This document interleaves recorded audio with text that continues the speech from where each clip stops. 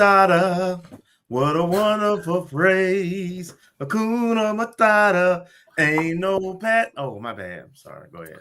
Hello and welcome to another live episode of the O&G StrikeZone.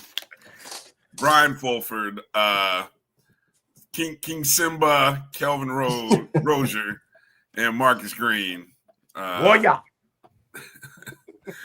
What's good, brothers? How you doing, man? Feels like it's been a minute since we've all been on the screen at the same time, man. What's good? What's good, fellas? Maybe good to see you, Marcus. Because good to see it Kel. has been a minute. Yeah, I'm glad to be with my brothers. I thought I was the outcast. Y'all had left me, but it's great to see you, fellas. And let's get it. What's good? What's the latest, Marcus? It's been a minute since the folks have seen you. Give people an update. What you got going on these days? Not a whole lot, but a lot at the same time. I was gonna say what you want to share. It sounds like you kind of keep. Hey, you said a close whole to lot the of vest, nothing. Yeah, a whole lot of nothing. A whole lot of nothing. I'm not telling y'all ninjas nothing. No, just had some obligations last week, but back in the fold, back in the mix. Still trying to get over. 4 more games left. Yeah. Put your hands up in the chat room if you think the 100 won halftime and the fifth quarter. I'm sorry. That's just me. I felt like we did. I know, some people are like, oh, we're not counting wins and losses, which that's a nice sentiment. But hell no, yeah. I thought we won that damn thing. Well, are you referencing that well, you're referencing our band, but you talking about the band that quit, that said, took their ball home and ran. Don't judge us. Don't judge us. Don't judge me. Don't judge me. You know what makes the 100 that make them the standard? No matter what kind of situation battle, they can tweak themselves and rise to the occasion and be champions, right? The fifth quarter. Mm-hmm. Everybody knows traditionally they do a little different thing. But now we're in the SWAC. We're going against one of the SWAC powerhouses in the fifth quarter. Mm-hmm. And the song selection, the aggression, the power, but still the 100 sound. You say, okay, we can do the fifth quarter SWAC style and whoop your butt that way too. So the versatility of the 100 was on display. Jackson State did a good job. Now, don't get me wrong. Jackson State do what Jackson State do. I'm not saying they were bad. They were great. Mm-hmm. They were really good. I'm just saying the 100 was greater. Yeah. In every way. Good point. Outstanding halftime. And look, what I found really funny, and of course I couldn't fully watch the halftime shows of either team, but as I'm watching during the commercial breaks, didn't it seem like the show that Jackson State put together, didn't it feel like a show that you would submit for entry for Band of the Year? I mean, was it me or was I the only one thinking that? Very good point. Right. That show would score very well. That show would have scored very well if you were submitting it for Band of the Year. Yeah. I just found that kind of funny. I found that kind of funny. But you know how you know that in the band head atmosphere that the 100 showed out? There must be 1,000 videos with people rating and talking about the matchup, number one.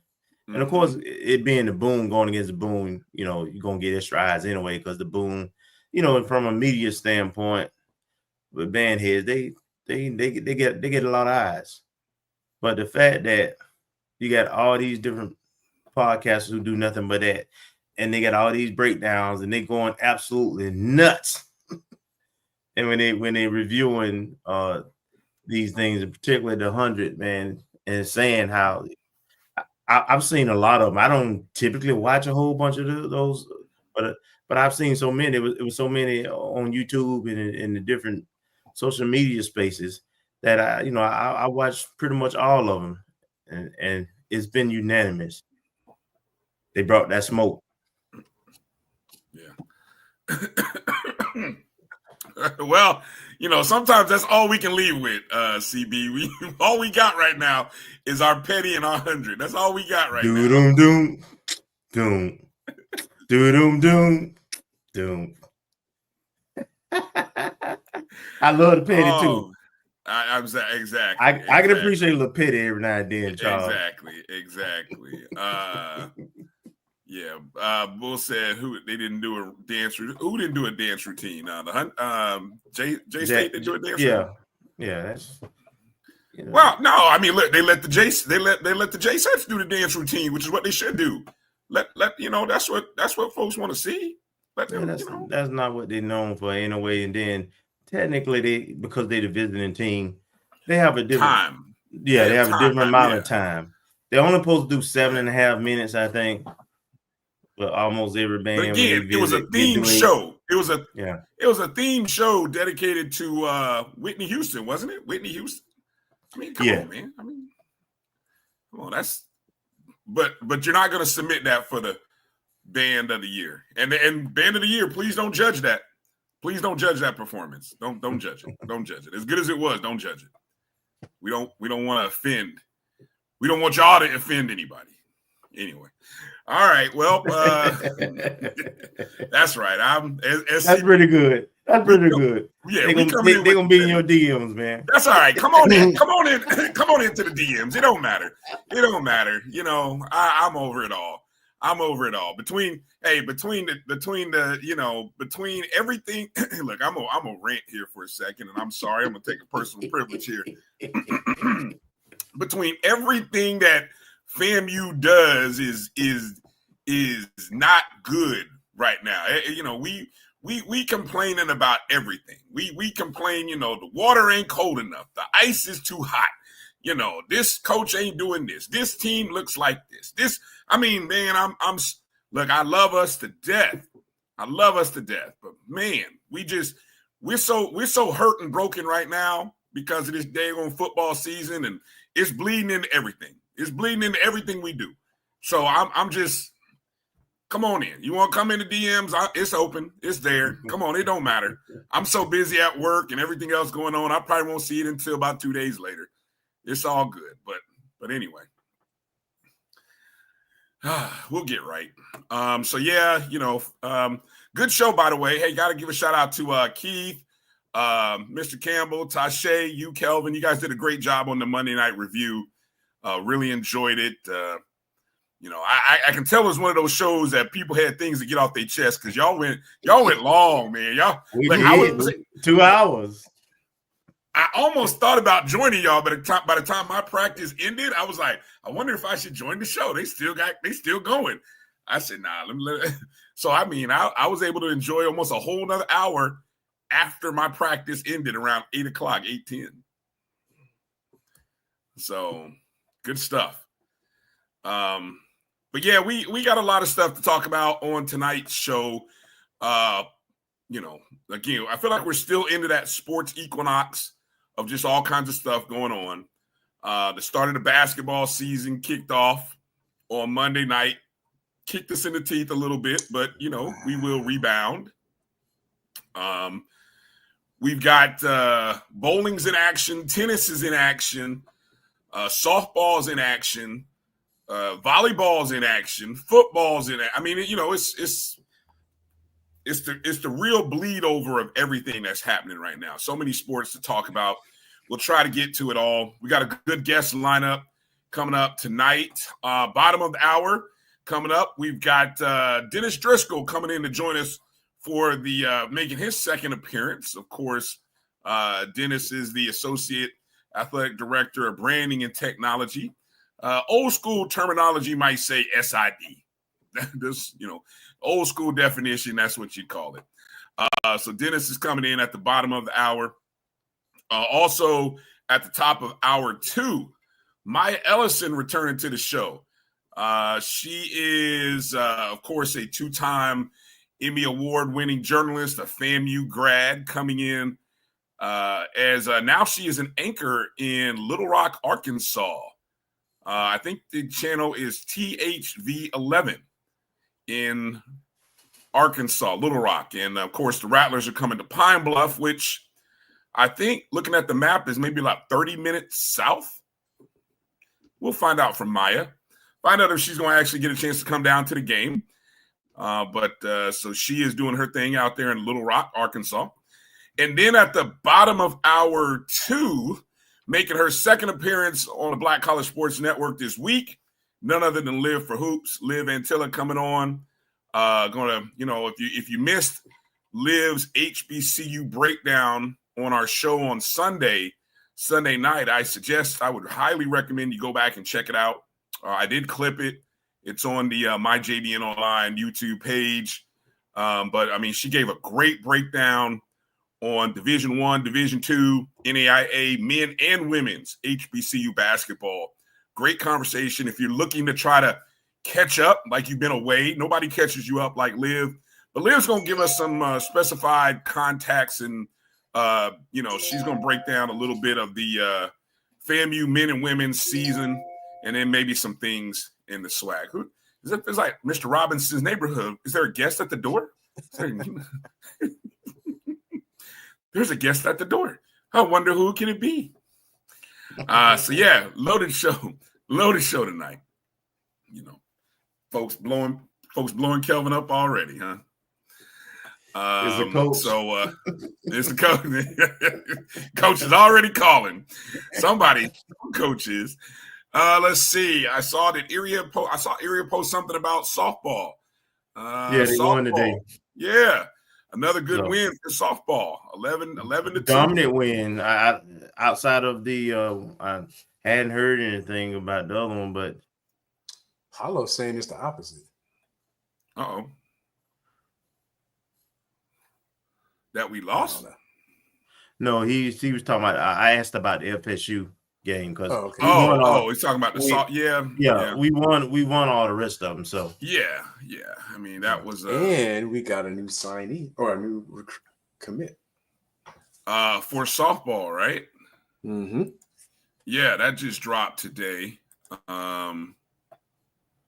So I guess we can find some time to talk about that. I don't know. You got the young lady's name and everything right now, Marcus? I do.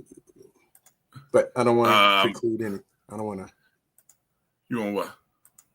Well, we'll go ahead and go through the roll call and all the intro stuff. Oh man. Yeah.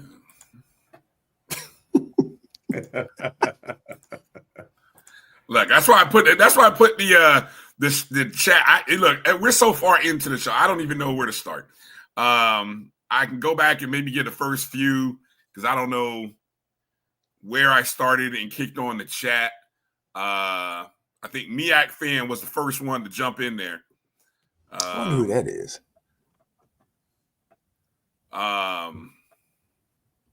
Yeah, I think he was the first one to jump in there. Jimmy Mack jumped in as well. Good to see you, Jimmy. Bull came in early. Kent Rozier got in there early before we kicked off the show. The early birds. Love to see it. Watch JD TV jumped in early. Meredith got in there early. Good to see you, Meredith. Thanks for being a JBS subscriber. Edwin Moore checking in from the DFW. B. Starks in the house. Thanks for being a JBN subscriber. JT as well. Good to see you, JT. Makiba West, good to see you. Thank you for checking in. Ashton Harris. I saw Ashton this weekend. Good to see you, Ash. Delaner 100 checking in. Good to see you. Mary 305. Hey, Auntie. Thank you for being a JBN subscriber. She agrees with me, 100. Marvin Allen checking in. Good to see you, Marvin. Duo. Little baby in the house. Little baby. Hey, big little baby. Marcus. Megan. Middle Georgia checking in. Thank you for being a JB. And Marcus was a little hot about having to make that trip, boy. I saw that post, Marcus. He was not happy. But we're glad you came, though, Marcus. We're glad you came all the same. Tony checking in. Good to see you, Tony. Kev from Tally checking in. What's up, Kev? Chuck Hunt in the house. Nashville, Tennessee. Yeah. V and Matt checking in. What's up, V Matt? Gail, good to see you, Gail. Thanks for being a JBN subscriber. EA coming in. Yeah. Yeah, it ain't the norm. It ain't the norm, but it is what it is. Good to see you, C Bishop. Maybe we can get Charles back in. We can't. We had I don't think it matters at this point. Maybe we just don't have anybody. Maybe we just don't have anybody from JSU on going forward. We love y'all. Maybe we'll talk to you after the game. Yeah. You right? Running a bad streak right now. Shako in the house. Good to see you. I think that's yeah, I think that's it's Wilson. Gonna be checking in. Obviously, the Lady Rattlers will be up in the area. And Marcus is supposed to be in the house. Oh, hey, special announcement. Marcus taking a road trip. Hey, we're gonna put pressure on him. So y'all make sure y'all tell y'all DP folks, y'all DMV folks, y'all make sure y'all tell us if he don't show up. Yeah. Yeah, Tim. Look, man, we got to get that money, Tim. We got to get that money. We need money in the program. We had to go across the street. It's a good paycheck, and it's a short trip. So there's no, that's I hate to say it, but that's what it was. I know it doesn't make everybody happy, but it was what it was. So, yep, exactly. So, yeah, Marcus says he will be in the house at the women's game, and Liv will be there too. So we gonna make sure. Wait a minute, Liv is gonna be there. We gonna get him there. I think she come on later, but she said earlier she was gonna be there. Man, okay. Look at that. Marcus gonna get a chance to meet Liv even before me too. Man, okay. That's okay. All right. Well, we've got a little bit of time here before we get into it. Let's just do a quick recap. Basketball season kicked off on Monday night. Being the operative word. Literally being the operative word. The women took a tough one, 112. The men, we had better moments in the first two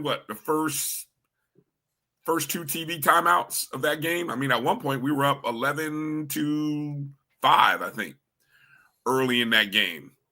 From some of the highlights I saw, it was we were good up until like around the 20s. We were leading up until around 21, 22 points. I don't know what time in the first half, but we were hanging in there. Then after that, of course, there's USF highlights, but they were showing the scroll at the bottom of the score. Yeah, on the men's side, neither one of our 7-footers played, and we had another player who didn't play, and we'll look even though we look solid with what we had, we'll look a lot different in a few weeks. A lot different. Yeah, EA says we had a good crowd at USF. That's good to hear. Good to hear. I'll tell you that the first, I don't know what Lil Baby said something about 20 turnovers. I didn't check the box score, so I mean you'd have to tell me. Yeah. We went on a turnover spree. Yeah, I do like the fact that we, for the second game in a row against, I don't know what you call, I guess, power major programs, right? Powerful. Whatever. We've come out we've looked good in the first 10 minutes. I thought against Florida State we looked competitive in the first 10 minutes. First 10 minutes of this game, we looked competitive. And then you saw it started to get away once the foul situation started to change a little bit. And so we just have to find that consistency in the second half of the first half, the last 10 minutes. And then I think coming out into the second half, Well, so again, I guess that's just kind of once we have our full squad, man, we have defense in the post as well as offense in the post, and then we'll have our starting point guard, our distributor. Once we get those things, we got wings, we got good length, we got guys who can play pretty good defense. But we need that flow general. It's coming. Ty Shirley had another big night. I believe 19 in this game. He shot 50% from the field. I know that. I was looking at some of the stats. He did shoot really well. And so, second, this is the first game that counts. But, we do know he scored 25 against Florida State. Looked pretty good in that game as well. And he's not playing his natural position. Like I say, what is his natural? When we get full strength, he won't have to be at the 5. Okay. Oh, well, we got him play him at the 5. Okay, well, yeah, definitely. We don't have to do that. But yeah, it's good to see a young man who, didn't get a lot of minutes due to injury last year, has some success early. And, we just got to keep that going. We just got to really keep that going. And he can play inside out too. Yeah. Yeah. So as you can see, just some of the offensive highlights from game number 1. And of course, game number 2 will be coming up for both teams, actually, as both the men and the women will be in action on Saturday. A home game Saturday, 1:00 in the Al Lawson Center. We welcome in Kennesaw State for 1 p.m. tip-off. And that should be a good crowd. I hope, because obviously that game time, is a couple hours before the football game kicks off. I don't know if the university is doing anything where, it'd be good if they cut on the TV stream on the big screen and let people kind of hang around a little while and watch the football game after the basketball game. Kind of encourage people to come down to the Lawson Center and then hang around a little bit and watch a little bit of the football game. I would definitely be in his house, and I know Gil will be definitely in his house. Yeah. And then, of course, the women, after that, they're going to look to try to rebound. They go to D.C., and they take on Howard. Howard, of course, the Howard Lady Bison got a big win to open up the season. Went and knocked off Providence. Providence, a Big East women's team. I don't know where Providence is ranked, but I know anytime our schools can go on the road and get a win, it helps the conference out. And Howard got some ballers, man. They got some ballers. I remember. It'd be interesting to. Yeah, they had a good team last year. It'd be interesting to hear from Liv where she sees this Howard team being better than last year. And, I think the one bright spot, if I'm not mistaken, for the women from game number 1, there wasn't a lot, but the one bright spot was probably freshman point guard. I'm trying to find her name here. Ellington. Yes, Cornelia. Cornelia Ellington, off the bench, played 31 minutes, 6 of 18 from the field, 16 points to lead the team in scoring. True freshman in her first collegiate game, scoring 16 points and leading all scorers. I mean, that's saying a lot. That's big time. Yep. Under difficult situations, no doubt, but you just love to see it. So it's a good start. And, again, we'll talk to Liv at the bottom of hour bottom of hour two. Thank you. We'll talk to Liv and kind of find out about Howard and just these starts. Yeah. But I watched the end of that BCU game too. And overtime. Yeah, man.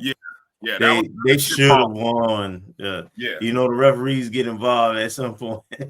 I think all the points in overtime for Auburn was at the line, if not all, most of them. That's what I saw. Yeah.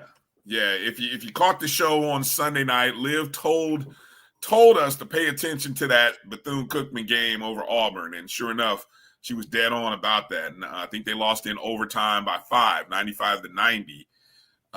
So she called that one. So we'll see what other tidbits, some other games. I know there's some other games happening right now within the SWAC around, so we'll kind of scoreboard watch while we can and kind of see what's there. But let's go ahead and take our first break, gentlemen. As when we come back, Dennis Driscoll will join the show. Of course, Dennis is the Associate Athletic Director, Branding and Technology, and we'll kind of find out how he's adjusting in year number. Well, is it still first year? Or is it year number 2? Year number 1. You're still year one. It hasn't been a year. I was going to say first football season. So, I mean, coming in from the summer, first football season, and getting acclimated to all the challenges of his job and his role. So we'll hear from him as we come into the bottom. Or we come back from this short break. You're watching the O&G StrikeZone right here on the Black College Sports Network. Hit the thumbs up and the like button if you would. We got a great show for you tonight. We'll be back in just a moment. This is the Dean of the College of HBCU Sports, Kenyatta Cavill of Dr. Cavill's Inside the HBCU Sports Lab with Mike Washington and Charles Bishop.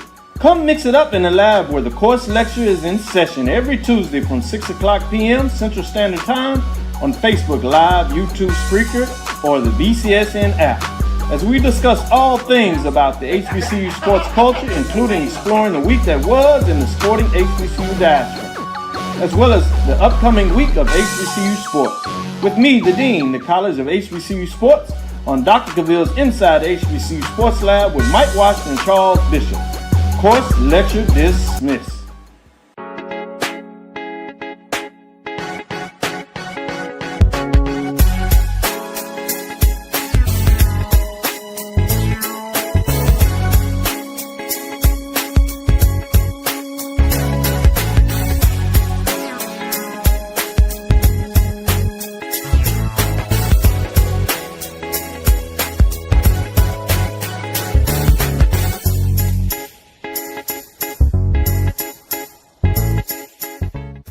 It's never too early to plant the seed, to share the tradition, and instill a sense of pride in your HBCU with your little ones.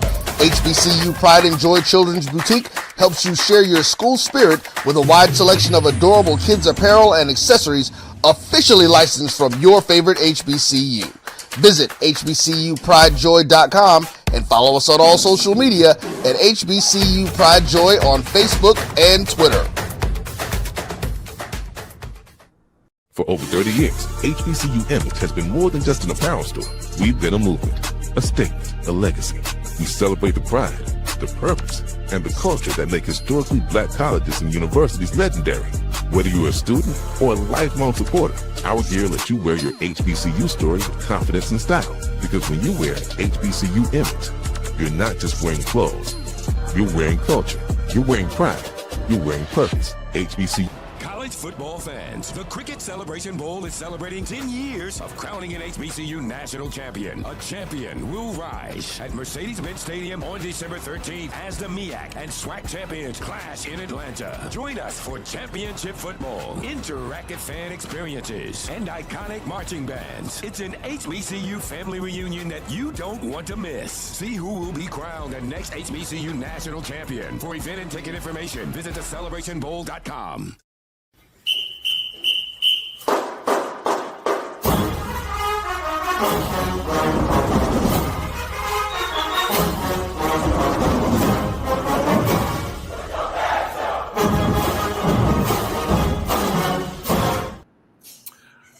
welcome back to the O&G StrikeZone. Bryan, Marcus, Kelvin, and it's a pleasure to have on for the second time on the show none other than the man himself, Mr. Dennis Driscoll. Dennis, welcome to the show, brother. How you doing? I'm doing well, Bryan. How are you? Hey, man, we making it, man. We surviving. We're doing well. How are you? How are you doing? I'm doing great. I mean, it's 8:36, as you can tell. I'm in my office, so the work never stops. But at the end of the day, have a great job. Get to work in college sports. So, I think in today's era, everyone's always wants to find something to complain about with NIL and the way college sports is. But at the end of the day, this is a institution of higher learning and education, and we're here to support our student athletes and students. But I want to say you had a really good idea about putting the football game on the Jumbotron on Saturday. So I might see if we can get that done. So, if that happens, credit goes to you, Bryan. Well, hey, we'll take that as a show suggestion, show compliment. Credit the show. It's about we, not me. All that good stuff. But hey, speaking of, before we get into all the athletics and FAMU athletics stuff, congratulations. Exactly, man. You made a big life decision, a big life move, man. Congratulations to you and the future Mr. Driscoll. Tell us a little bit about you and the future missus, man. Yeah, well, her name is Brandy.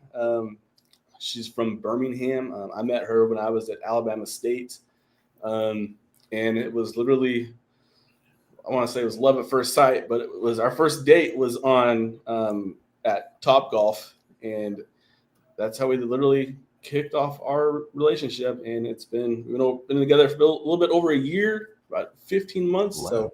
So she's excited to come to Tallahassee. We're gonna get married in Monticello and at the Clark House in November 7th of next year, which is a Saturday during football season. So I'm still trying to figure out who we're playing that day.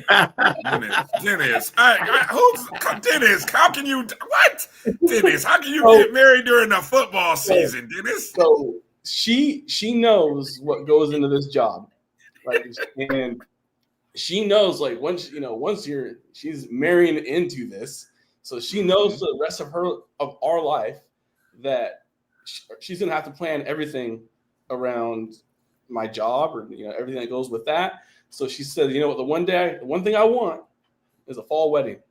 And then I was like, okay. I mean, there you go. We'll End of discussion. End of discussion, man. I tell you, you don't want to hear that for the next 50 years. Yeah, exactly, Mark.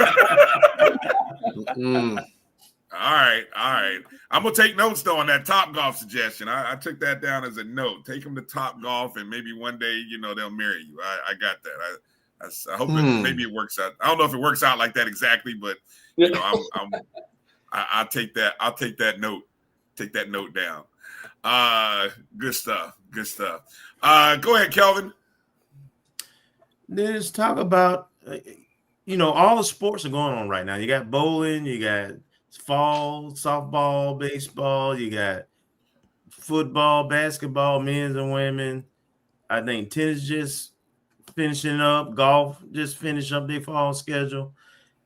So, and it's just you and a team of students and so forth. Talk about how you strategically try to plan it around and get everybody they shine, the programs and the students, right, and your team.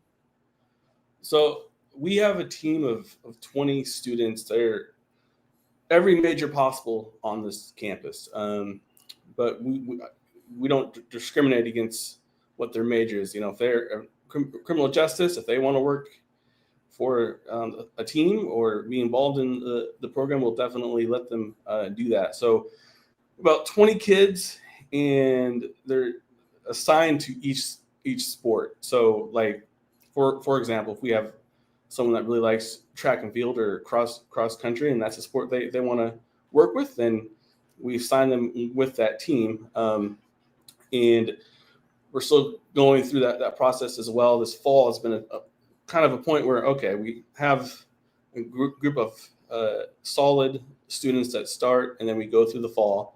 And there's going to be times where, a student doesn't want to do it anymore. They didn't think what it was, or there might be a time where we find out a student is better at this than that, and just kind of try to max or to match what their strengths are. And as you can imagine, you have a bunch of 18 to 22-year-olds.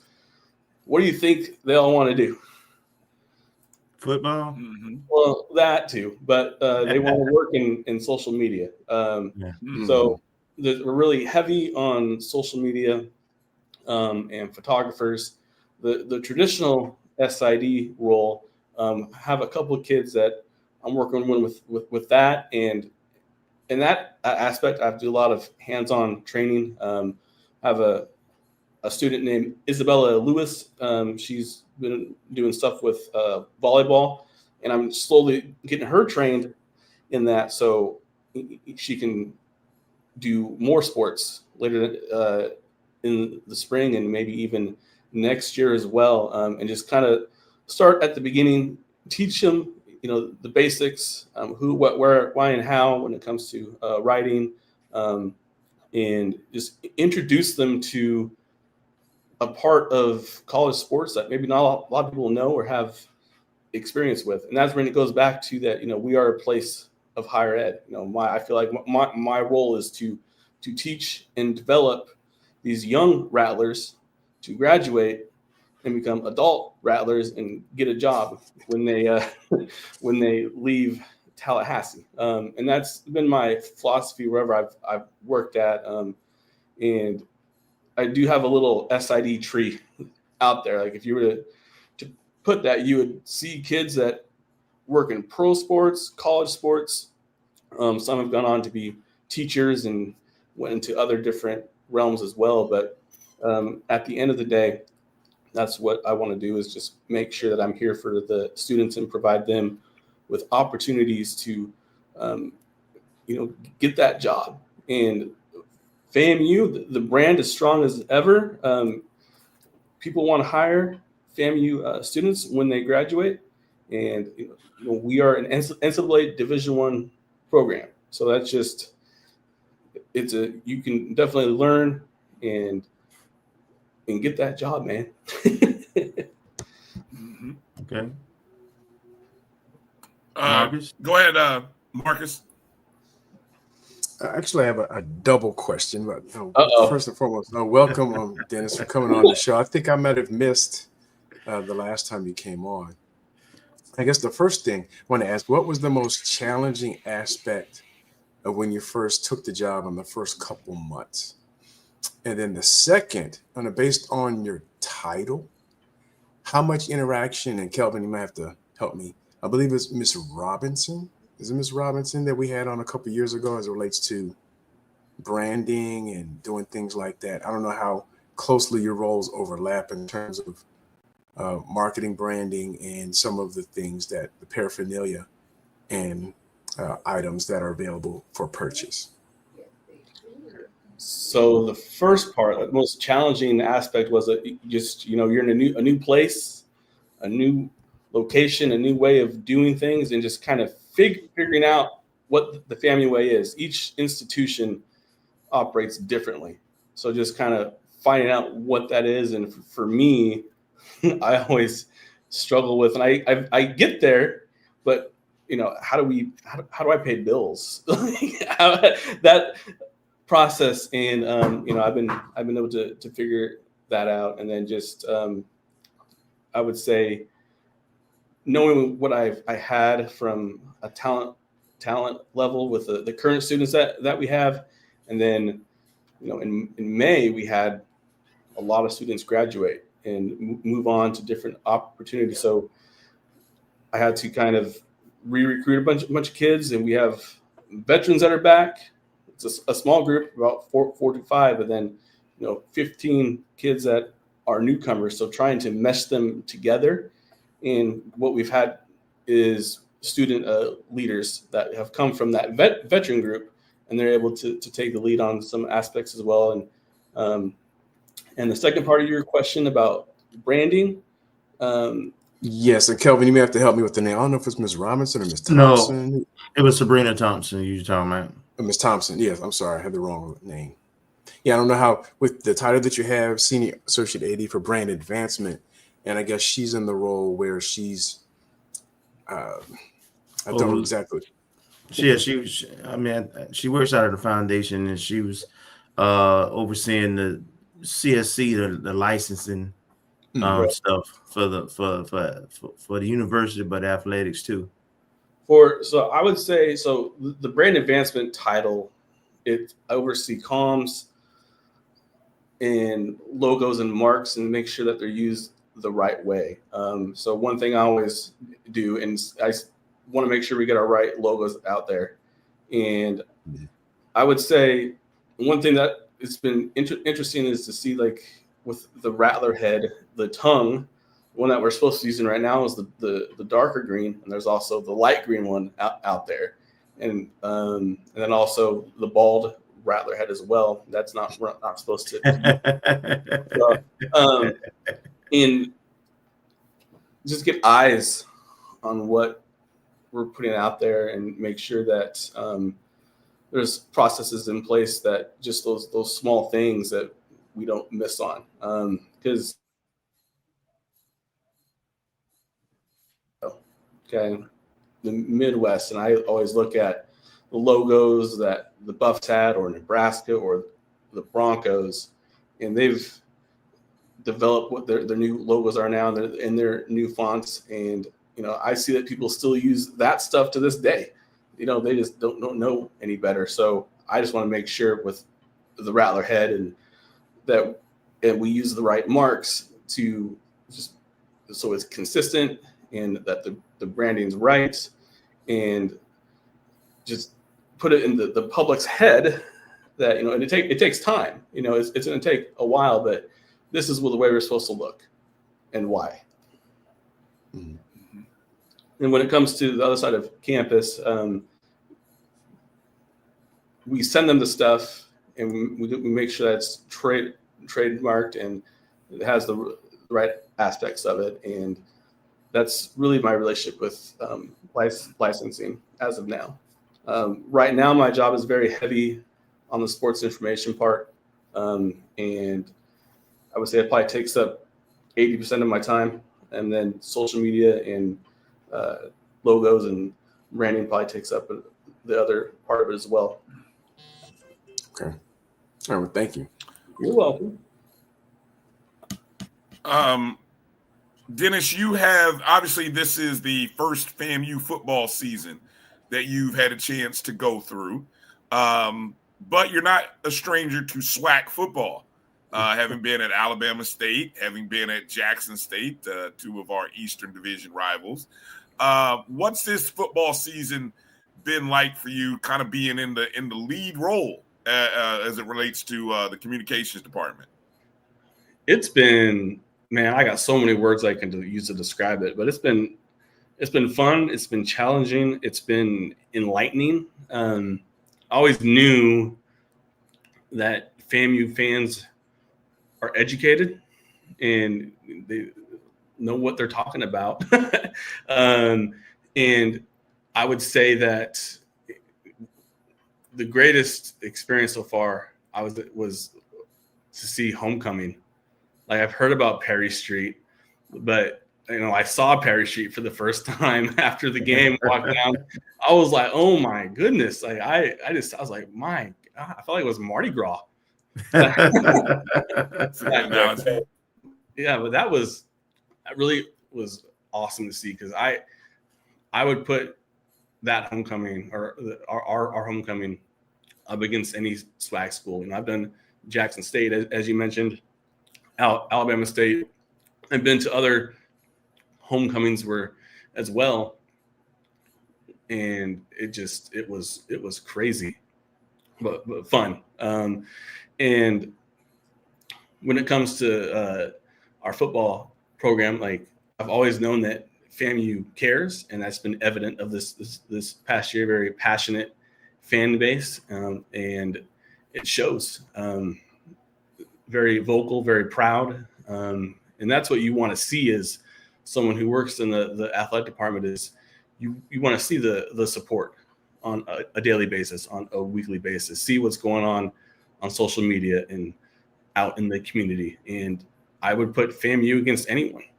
And that's just a testament to the fan base that's been developed for the past 100 years. And it's an honor to be a part of it, because FAMU, it's bigger than anyone else. So. Yeah. Mm-hmm. Yeah. Good stuff. Go ahead, Kelvin. So Dennis, I want you to talk about the why Rattler Plus. You kind of got into it previously, but why Rattler Plus went away, and talk about the fact that SWAC TV is picking up some of that. And then the follow-up question to that is, how involved are you in terms of the actual production? Because I know at each university there's a team that does a lot of the production. Is that your team? Is that Jeff? Kind of just talk about how the sausage is made. So Rattler Plus is on pause right now, and we've hidden it from the website, so you can't sign up. And we decided, in the best interest for our fans, that if you purchased it in August and September, in October, we went back and we refunded that purchase. So we haven't been charging anyone on it. And the reason why we went to SWAC TV is that's where everyone's going with their broadcasting. I know that Jackson State and Alabama State and the other departments in our conference that have had their own in-house network, they're going away from that, moving everything to SWAC TV. And if we put all of our events on the network, then at the end of the year, we're going to have a higher distribution from the conference. I don't know what that amount is, but it allows us the opportunity to have more funds that are available to us at the end of the year. And it's free, no charge at all. And Mr. Walker, who I call the president, because he can fix anything. So, but his crew has that for us, and they set up the broadcast, and we're gonna have a play-by-play person and analyst who will be doing that as well, and to make it a first-class experience. Can't say who it is quite yet, still working through a couple of things, but probably should know be able to say who they are by Friday at the latest. But our goal is with SWAC TV, is to support the conference in this endeavor as well, and show that we're on board on that. And SWAC TV, it's on an app. You can watch it online as well. And I think it's a great product for FAMU fans and the conference as a whole. Absolutely. SWAC TV, I'm glad it's here. It's because it makes it more consistent and accessible when the teams travel. And like, as you say, there's no cost, not hidden behind a paywall. The more you, in today's digital world, the more you can get your exposure, your teams out there. That's kind of the name of the game. And for those of us who grew up with Jeff, his nickname is MacGyver. You're right. He can fix anything with gum and a pen. Well, I told him he should run for president because he can fix anything. So I mean, maybe the problems our country has, Jeff Walker could probably fix it. Exactly. Oh, just one other thing, Dennis. Yeah. In terms of updating rosters, headshots, information, when does that process start, and what goes into, if there's a delay? Typically, what are some of the challenges? So it's one of the benefits of working here is we have great students, but also students as well.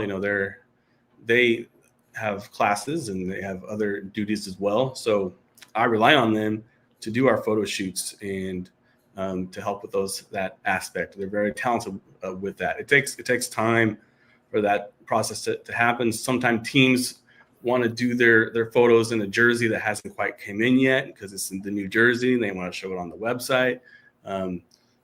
So I mean, there's lots of factors as to why it could be delayed a bit. Students also have their schedules as well. So, we might take a team's photos all on a one day, but there's a couple stragglers that couldn't make it. So we got to adjust and get that updated as well. So it's all stuff that it's going to get up as soon as we can get it up. If I don't have a photo, then, I can't post it on the website, but I know there's a couple men's basketball photos that we took the other day. Those are going to get updated pretty soon. And then one women's photo I'm searching for that we're going to post. So tennis is coming up too, same as bowling as well.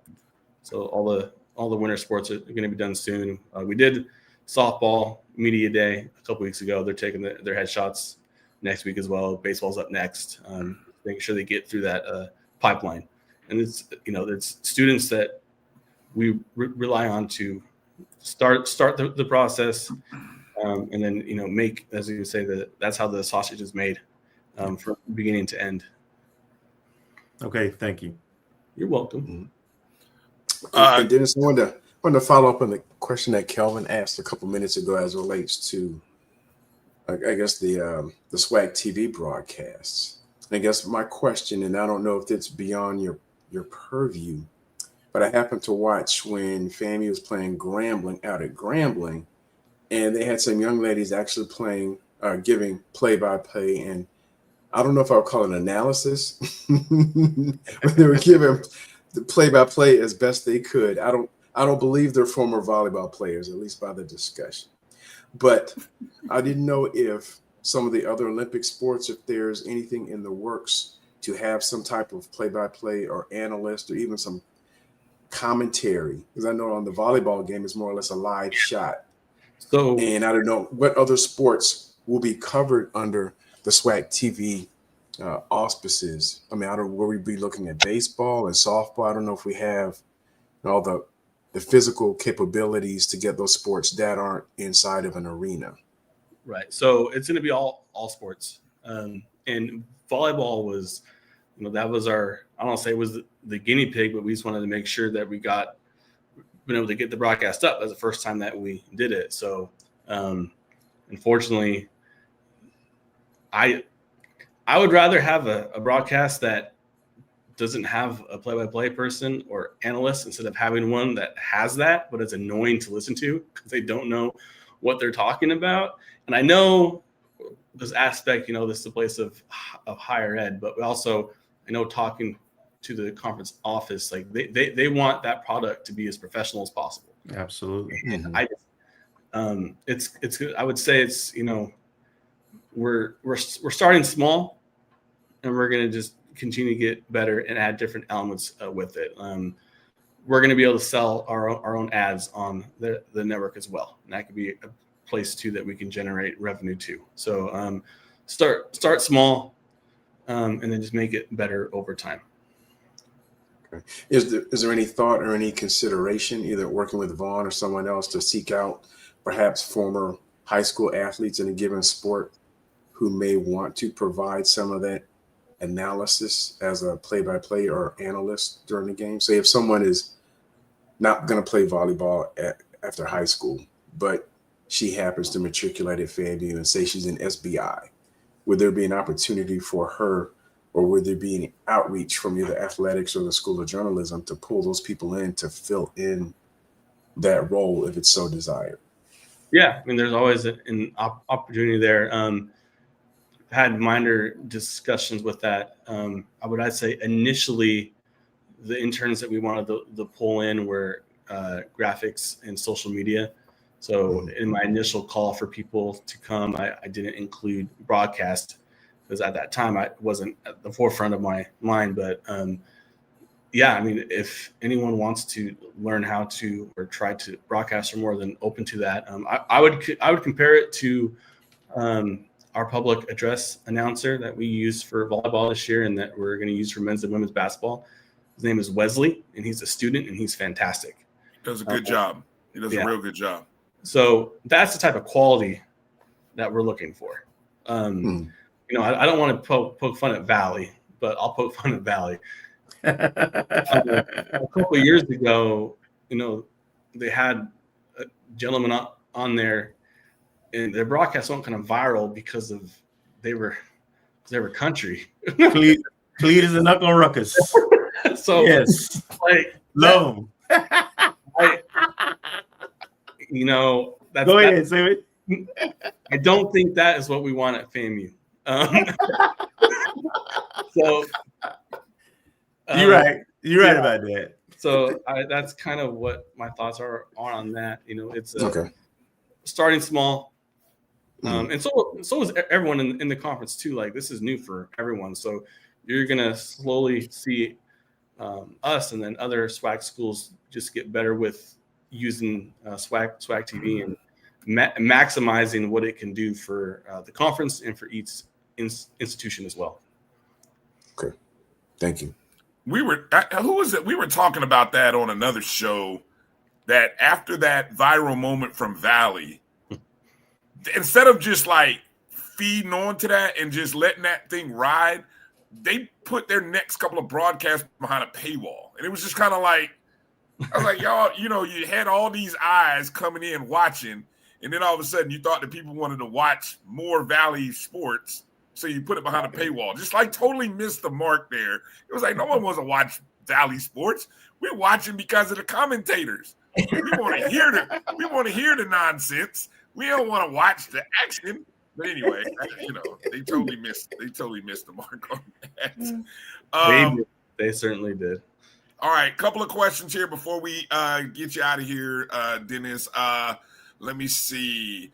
I'm assuming this is related to the first men's basketball game. First men's basketball game, Saturday, 1 o'clock against Kennesaw. Will it be streamed on SWAC TV? Yes. All right.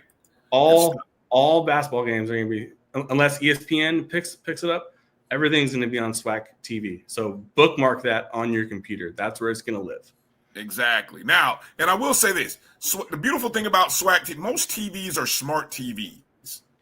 Yeah. All you have to do, if you're wanting to watch SWAC TV literally on a TV, download the SWAC TV app. You can do it if you're a Amazon Prime watcher. Download it onto your Amazon Fire Stick and then watch it on your TV. It's beautiful. Full HD, 1080. Like, sometimes I'll start here on my phone watching the volleyball, and I'll be like, wait a minute, why am I trying to watch this volleyball match here? I just go to the TV, hook up my Fire Stick, and boom, I got the volleyball match on full screen. And like, I think I saw Gail maybe had mentioned something about the single shot for volleyball. Well, again, because that's a test model. I'm assuming for basketball, we'll have a little more, it'll be more of a pan. You'll have a couple of cameras for that one. It won't be a static shot for volleyball. For basketball, rather. We're going to have three cameras for basketball. We are going to have play-by-play in color. And I think it's going to be a really good broadcast. I'm pretty excited about it. I'm excited to work with Jeff Walker. He's a pro's pro, and he makes a lot of things go. Like, I just can't articulate enough how Jeff Walker is so essential for this to work on a daily basis. Oh yeah, good stuff. Thank you, Jeff. I appreciate it. No, EA, exactly. Jackson State will no longer charge $20. Everybody who was charging $20, no one will be doing that anymore. All the content will be going on SWAC TV. Thank you. Do you want to know a funny story about that? So please. At Jackson State, I don't want to toot my own horn, but I created the Jackson State Sports Network. Oh, and that $20, that I was the original person that set that price. 5 years ago, and they haven't changed it. So you can blame me. Well, look, I mean, there were people who were paying for it. I mean, I just wasn't going to be one of them, and I was going to complain every time about it. But somebody was paying for it because, I mean, they had it for so long. So, you know, the old content. Someone had asked about the old content that was previously on Rattlers Plus. Will that get moved over to Swag TV? Maybe, but initially what we're going to try to do is move that over to our YouTube channel. And that's what, I mean, yes, Swag TV eventually, but in the short term, it's going to move over to YouTube TV. And that's just going to be a process of us to do that.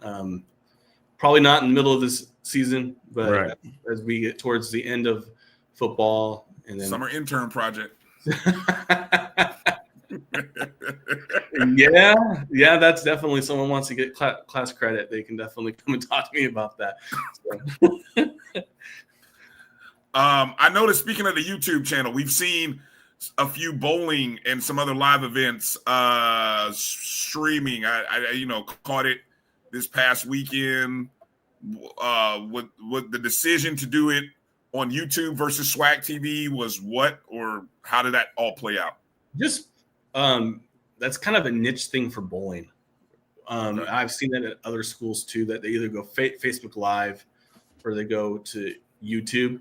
And bowling doesn't really have the infrastructure to do a Swag TV broadcast quite yet. I know that they're eventually want to do that, but they just got to find out how to make that work and have all the schools do it. Like that's the thing. Like, not FAMU is able to do it because we have the resources and we have the support. There's other schools in this conference that don't have that.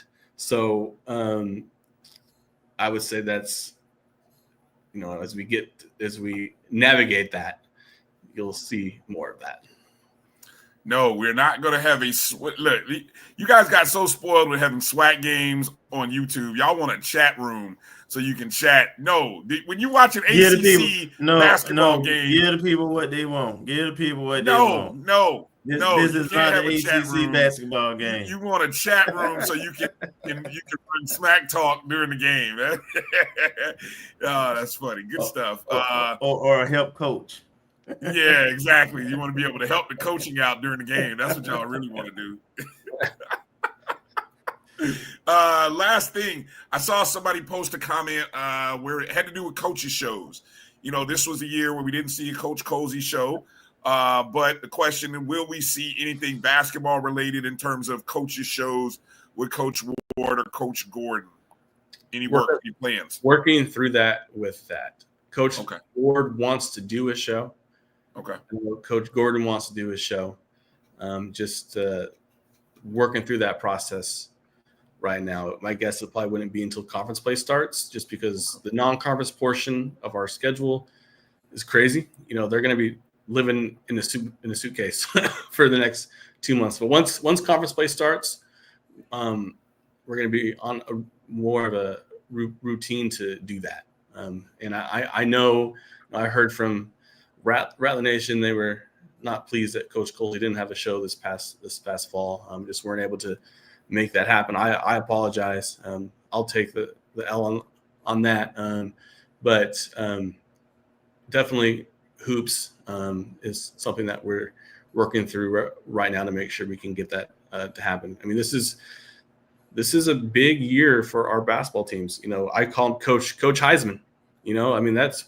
And Coach Heisman he's very accessible. He wants to do it. And he's a coach's coach. Mm-hmm. I lied. I had one last. I don't know. It came to me as you said, Coach Heisman. Obviously, you've had the experience of being with a high-profile coach, and you went through the whole prime era at the school in Mississippi. What do you? How will the Coach Charlie Ward era be? Similar? How has it been similar? How will it be different? Just maybe give us some thoughts on what it's like when you have someone that has such a strong college presence, background, history like Charlie Ward has, having already gone through that experience one time before? I would say so. They're different and they're the same in so many aspects. You know, Coach Ward did not come into the Lawson Center in an Escalade, so that's not him. You know? But they both have their processes that I've seen. You know, very process oriented, and they're really good teachers, and the staff as well is really good teachers. And if you teach the game well, usually you see that on the court. And the assistant coaches that Coach Prime had at Jackson State, they're great teachers, and so is Coach Prime. Like he can coach. Like people say, oh, he's just all about, you know, the fame and all that. No, he's an old school coach. And Coach Ward, he's very, you know, he slows things down that I've seen the staff do that as well. And they're just very detail oriented, and it's a detailed process. So whatever that process is, it seems very similar when I see that. So I would not be surprised if we have a really good year on the men's team. We have a really good year on the women's team. The women's team has some new staff as well, and they seem like they're really good teachers as well. So, you know, it's the beginning of basketball season. So, you know, right now we're playing these Power 4 teams or group of five? I can't keep track anymore. But you're really going to see that come into its own in conference play. And you see that every single year where SWAC programs will play, you know, in Indiana or a Howard or a Florida State, or you can name them all. And once we get into conference play, that's where you start to see the fruits from that labor happen. Good stuff. All right, Dennis. Hey, man, we appreciate your time tonight. Appreciate all that you're doing. I know the grind is real. And, man, I appreciate all the work that you're putting in and everything that you're managing. And so on behalf of us here at the show, we want to say thank you. We appreciate you. I specifically appreciate you with the new gig and everything. You've been a big help with that. So I'm sorry I won't see you in Arkansas, but, you know, I'm sure we'll catch up here soon. So be well, man. Thank you for your time tonight. All right. Thank you, fellas. Have a good night. All right. Have a good one, Dennis. Thank you. All right. All right. Good stuff, folks. Dennis Driscoll joining the show. Hope it gave you some good background information again. Make sure you got that SWAC TV loaded up on your phones and your TV system. And I agree. I think Tony was talking about not being able to change the channels. I think that's an update 2.0. I think that'll be a great suggestion to you know, when they make some adjustments to the app. I think that'll be a big adjustment that they'll look to make. And how can they make it more accessible so that you can change to different games and be able to rewind? Because that's also a big, you know, feature that I think people want to have, is that rewind feature. So good stuff. Good stuff. Maybe we have to have it. We really want to do a chat room. Maybe we have to do watch parties or something like that. I don't know. Yeah, no, the chat room, and people like it, man. You got to give the people what they want, man. Spot. Anyway, don't be the old man. Get off my lawn. Get off my lawn. Yeah, you know, you'll exactly be that guy, especially when sponsors are involved. All right. Yeah, that was my one question. I was like, you get something in the chat room. Yeah, exactly. That's exactly. All right, let's take a break. Kind of stuff, man, with AI and filters, man. You can delay it, stop it. All right, so you say. Maya Ellison is in the waiting room, so let's get to Maya on the other side of this break. You're watching the O&G StrikeZone right here on the Black College Sports Network. We'll be back in just a moment. You're looking for the latest information on Southern University sports, the Southwestern Athletic Conference, and HBCU athletics. There's only one place to go. Tune in to the Carlos Brown Show, exclusively on the Black College Sports Network. Planning an event? From weddings to corporate functions, CMJ Events LLC brings over 15 years of experience to make your vision a reality.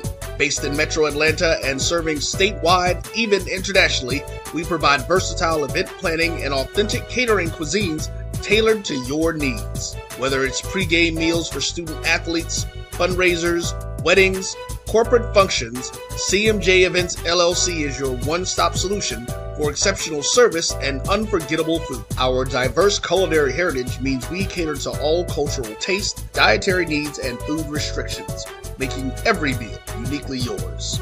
Let's make your next event unforgettable. Visit us on all social media at CMJ Events LLC or email us at cmjeventsllc@gmail.com. Also give us a call at 404-664-3882 so that we can start planning now.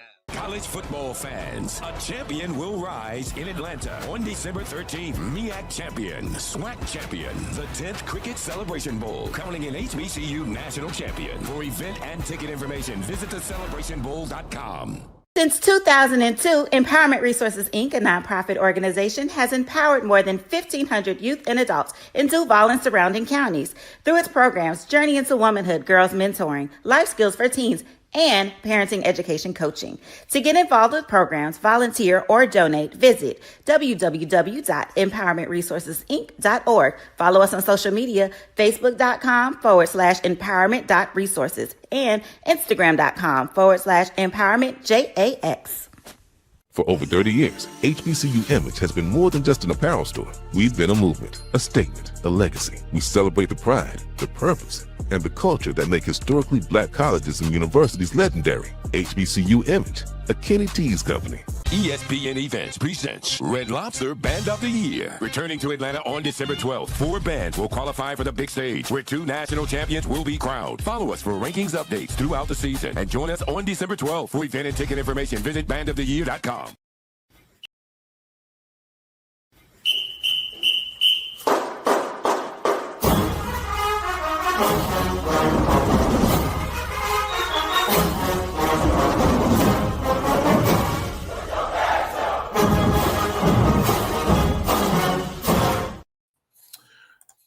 Welcome back to the O&G StrikeZone. Bryan, Kelvin, Marcus, and just waiting on our next guest, Maya Ellison, to join us. She's going to be joining us, and I think we got her.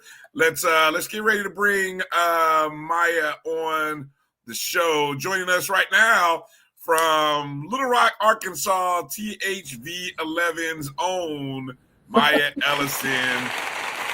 What's up, Maya? How you doing, Rattler? Good. How are y'all? I haven't seen y'all in a minute. What's happening? Right? How you been? And it's been good. Work has been working. Oh my gosh. Big changes since I last talked to y'all. Go ahead. Let's talk about it. Oh, y'all waiting on me? Okay. Well, the last time, let's see, I was on the show, I was working for the NCAA, so I finished up there and was able to do some amazing things and was so blessed for that opportunity. Got to go to the Women's College World Series in Oklahoma, got to cover football from D1 to D2, everything. Covered all sports. And then after that, I ended up getting a job. So I literally moved from Georgia to Little Rock, Arkansas. And I work for THV 11, which is one of the stations. It's a CBS affiliate here. And I do nothing but news, y'all. So completely different than talking about sports every day or sports all the time. And so we talk about politics, what's going on with elections. And of course now, which is, it's been sad covering the government shutdown, just being honest. I've been talking about that since October 1st. So that's kind of what I've been doing here. And then I do high school football sometimes on Friday. So that's something, these boys in Arkansas, they know ball now. So it's been cool. It's been cool. And trying to keep up with our Rattlers, it has been really hard because I work during game days. But my dad and I have conversations about it all the time. And of course, seeing UAPB, they just beat Southern. So I'm excited for the game. I haven't been to a FAMU game in, I don't know how long. So is that confirmation that you'll be at the game Saturday? Yes, I'm gonna be there. Are y'all All making right. the drive down? No, unfortunately, that's a little too far. I'll be there. I'll be there. I do the broadcasting on the radio with Albert Chester, so we'll be Nice. there. Sending the signal back to 96.1 Jams in Tallahassee. So I know that's right. I have to reach out to you. Now, how far is Little Rock from Pine Bluff, or vice versa? From where I am, so I live in Little Rock. I stay maybe about 45. I'm gonna just say an hour. It's probably about an hour. But it's a straight shot, literally. It's a pretty good drive, not gonna lie. But yeah, I've only been to UAPB a couple of times. And of course we do stories in Pine Bluff. So I'm getting to know that area a little bit. I will never claim them. As we know, this is also Razorback territory, which is new to me because I'm a Bulldogs fan. So I had to get used to all the territories in Arkansas. That's the other thing about moving from Georgia, going to school at FAM, and then moving to some rival states. All right, go ahead, Marcus. Well, Maya, thank you for joining us this evening. Glad you're able to squeeze us in. I don't know if you've had a chance. I guess you've had some conversations, and I don't know if you've had a chance to catch up on the season thus far. Yeah. But what have you heard from the UAPB side? What's been the hot thing there?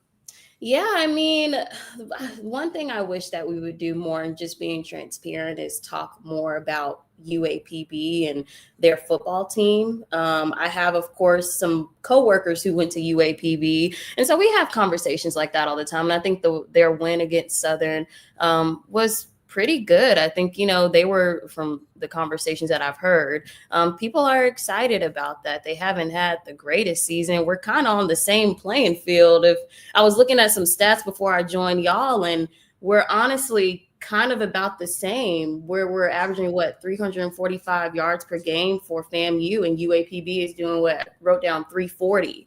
And so looking at a bunch of those stats, I mean, we're on the same playing field, and I think people are excited. One of my coworkers today, we just talked about it. She was like, I don't really care about the game. I just want the band to be there. So that's kind of like where everybody's head is at, which I'm like, dang, we really got to that point.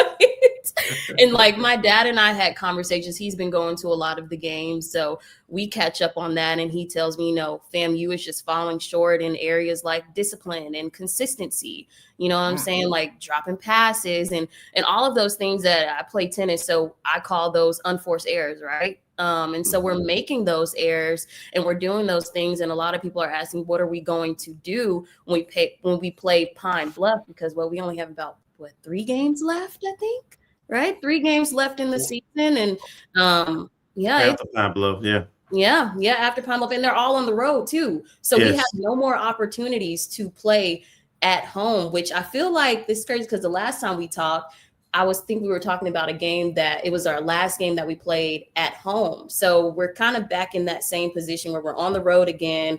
We don't necessarily have that home advantage, and the way we've been performing, fans aren't too happy, but we're still holding on to hope, because that's what we do as Rattlers. There you go. I mean, give me some of that positive energy. See, I don't know. Folks in the chat room, they ain't got that kind of hope, but anyway. Look, I can tell y'all, we keep it real on here. And my dad, he had us laughing, my mom and I. He was like, the games that we've been playing so far, they've been snatching the fangs from us. And I'm like, Daddy, they've been snatching the fangs from us. But no, I mean, we got to keep a positive attitude. There are times where we do perform and we execute well, but then for me, I question, do we continue to make excuses for drop passes, for missed opportunities?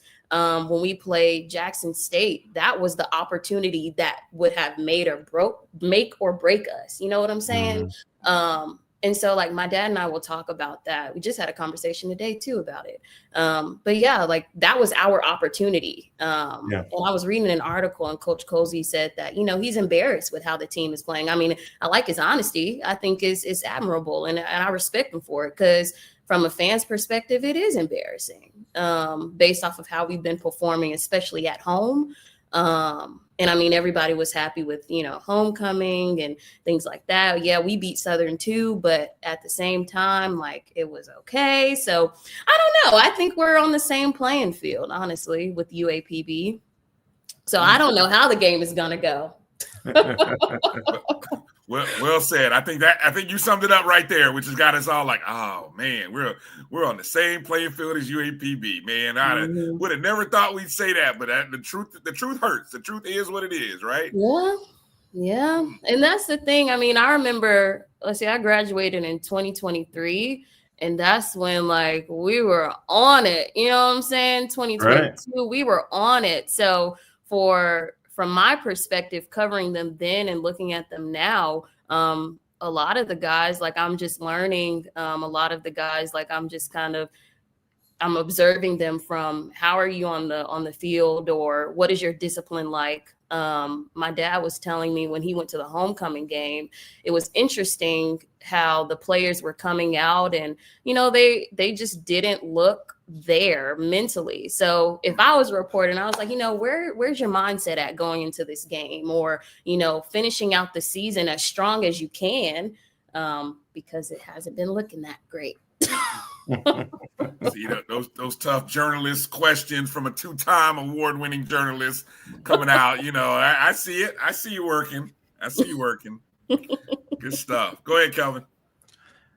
I'm interested in your transition, not doing sports to doing news. How is that for you, and just projecting forward? Do you like one better than the other, and where would you like to go? Yeah, I mean, I love sports. Like, background on me, I started out doing sports in high school, but I've been doing journalism since I was 7. Like, literally, I have a video that I posted, and I did like the morning announcements because, my teachers were like, you should do it. Not knowing that was God putting me in that position to go forth and continue to do this, and being in organizations in Atlanta and getting the network opportunities and going to the Falcons games, like, I love that. There's a spark about, for me, doing sports. News can be, just being honest, news can be depressing. Like I was telling y'all, we've been covering the shutdown since it started.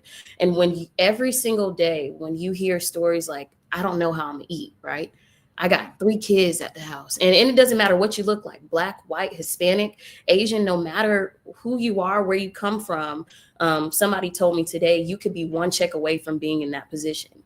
And that is the hardest reality to hear. And so from a reporter perspective, you have to put yourself in a position of like, okay, I can't get so emotionally tied to the story. I can't get too emotional because we do talk about it every day, but there are times where it is hard. And so weighing the two, I would love to stay in sports. That's my trajectory. That's where I want to go. But I also see opportunities to make a change within news, being able to tell the stories that we don't hear every day. I just did a story the other day, a woman, she was battling cancer, and she's also adopted. And so she just had a surgery today, but come to find out, she just met her birth mom a couple days ago for the very first time. She's 41 years old. So it's stories like that I love to do outside of tornadoes and politics and things like that. But the transition was all right. Like, being in Arkansas, being in Little Rock, y'all already know, completely different from being in Atlanta. I'ma just be honest. But no, I mean, the transition, I'm just blessed to have the opportunity and blessed to be in a position where I talk to people, and I tell my mom, it's so interesting how every time I talk to someone, they always mention how God has worked in their life, or how the Lord has worked with them. And so I just find that joy through that. And, got to do what I got to do every day. All right. Let me ask a follow-up to that. It sounds like you have maybe, covering stories outside of sports. Do you feel that you are growing maybe in a way that maybe you didn't anticipate when you took this transition from sports to talking news? Do you find yourself growing, and maybe in your conversations and just your worldview is maybe a little bit different or a little broader now? Oh, of course. Like, I learn every single day. I've been here for about a year and some change. I come up on 2 years in July. And so every time I talk to someone, I learn a different perspective. I hear a different story. And it doesn't matter what it is. In Arkansas, there are a lot of rural communities. And I'm not used to that. In Atlanta, people used to ask me, is it like a culture shock to you here? No, not at all. I think the one thing though is like understanding those different perspectives allows me to have these like real conversations with them, and ponder and ask questions. And it's interesting too, because I can use that skill set in sports. When I talk to a player, when I talk to a coach, it's not always about tell me how the game is. That I like to do those sit down human interest type of stories. Like, how can the fan connect with you on a personal level? The things that we don't know outside of social media or we don't see. What are the ways you get prepared for a game? How are you getting ready? We'll use FAMU for this matchup on the road, keeping your guys on the road for a good minute, keeping them mentally, sustained. So I think I take those skill sets of talking to so many different people here in Arkansas, and I can use it as well when I'm put in those positions with sports as well. If that answered your question. No, it definitely did. Definitely did. Mm-hmm. Let me ask about back to sports for a second. Obviously, one of the big stories this week, right there in your backyard, UAPB's women, SWAC, getting an upset. I'm gonna call it an upset over Memphis on Monday. That's a big win. I know our girl Liv is gonna come on and talk about it later on in the show. But what's the perspective or what's the vibe locally for that win that UAPB got over Memphis? Yeah, that was a big win. I was reading that it was their second win against Memphis, but it was a statement win, especially with them bringing in head coach Erica Leak. I met her during homecoming when she first came on. This was last year, and she just brings an exciting attitude. And I was there during homecoming last year as well, and everybody was super excited about the season. Last year, they ended the last standing in the SWAC, but this year with that win against Memphis, that really set the tone for a team that struggled, I want to say last year throughout. They had girls like India Bowen, Jayla Pelly, Imani Jefferson, Jayla, scored 23 points, 10 rebounds. India scored 29 points and 9 rebounds. It was just taking a look at their stats. And this is UAPB's second win over Memphis since 2007, which is crazy, so just looking at that and just kind of hearing some of the perspective from those in Pine Bluff, it's exciting. They want to win. Just like all of us do. But with that win for sure against Memphis, they're actually playing University of Arkansas coming up, we'll say the 5th. I think that game is on the 7th. So that's going to be something because they're going to travel up to Fayetteville. Like I was telling y'all, this is Razorback country. But Pine Bluff, the ladies are looking to put on a show for sure. I would think just based off of how they performed in Memphis and they came back in that fourth quarter, that was a statement for them. And a lot of people are excited. Go ahead, Marcus. Yes, I had a question for you. I guess it's career oriented, but being in Little Rock, have you had a chance to take in some of the history? Yes. I guess specifically around the Little Rock 9 and a lot of things that happened way before any of us were born. But how have you had a chance to venture out and learn some of the history, some of the Black history in Little Rock and the state of Arkansas? Yeah, if y'all ever, I don't know why y'all would come to Arkansas outside of sports, but whenever you do come to Arkansas, you need to go to the Central High Museum. So I did a story with them for Black history, and one thing that I have to say is people that go to Central High, they will not let you forget that the Little Rock 9 happened there. NAACP, they do things here too. They did it was the anniversary of the March on Washington. And so there's a bridge. So to give y'all backstory, there's Little Rock and then there's North Little Rock. It was very hard for me to understand that. But there's a long bridge. And so on this anniversary, they actually shut it down, and it was a huge crowd of people, and they walked the entire bridge. And it was just such a powerful message because, of course, being from Atlanta, we know Black history and Black excellence is everything, but it's the same feeling here, especially when you talk to people about the Little Rock Nine and the way that they paved the way for integration here in Arkansas and really set those stones down to, I think there was a story that my dad brought it up and then we talked about it at work one time, and it's a town in Arkansas, and I believe that it was either burned down or something like that. I believe it was burned down, but it was like in the rural part of Arkansas. And so when you have those type of conversations, you start to learn how important Black history here in Arkansas really is. And they have a very, very strong community. I've talked to NAACP leaders. They have an MLK commission, which I didn't even know. The King Commission, they do a lot in the community. They're actually giving away turkeys ahead of Thanksgiving because of the shutdown, and because of that's what they do annually.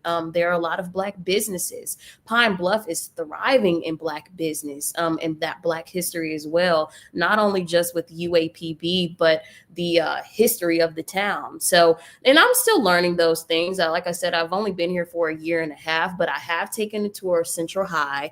And I've also sat in on those like legislative sessions during Black History Month, talking to our legislators here. And, you know, it's exciting. I get to learn new things and, you know, get their own perspectives and understand like the historical element of Arkansas. So it's pretty cool. So when y'all come, let me know and I'll give y'all the hookup. Thank you so much. Hey, you know how us Rattlers are. We love a hookup. Exactly. Exactly. Now, Little Rock is thriving in not just Black history, but they have a lot from like the cultural standpoint. There are different, I'm literally still learning the areas, but like I stay in an area that's close to the river. So, you know, there's a lot of nature. I learned that this is the natural state too. So whenever you go to Arkansas, one of the big things is like going to hot springs and seeing the natural springs. You can actually drink they have fountains that are connected to the springs. You can like bring your water bottles, you can fill them up. You can go to Fayetteville. Of course, that's Razorback country. And the whole thing they're talking about is what we going to do about Petrino and the Razorback. So, so yeah, like other than that, I mean, you know, it's a beautiful state. I love it. I love it here, but you know, Atlanta is my home. There it is. Kelvin, go ahead and close it off with Maya there. Go ahead and get the last one in there. Well, I don't really have a question.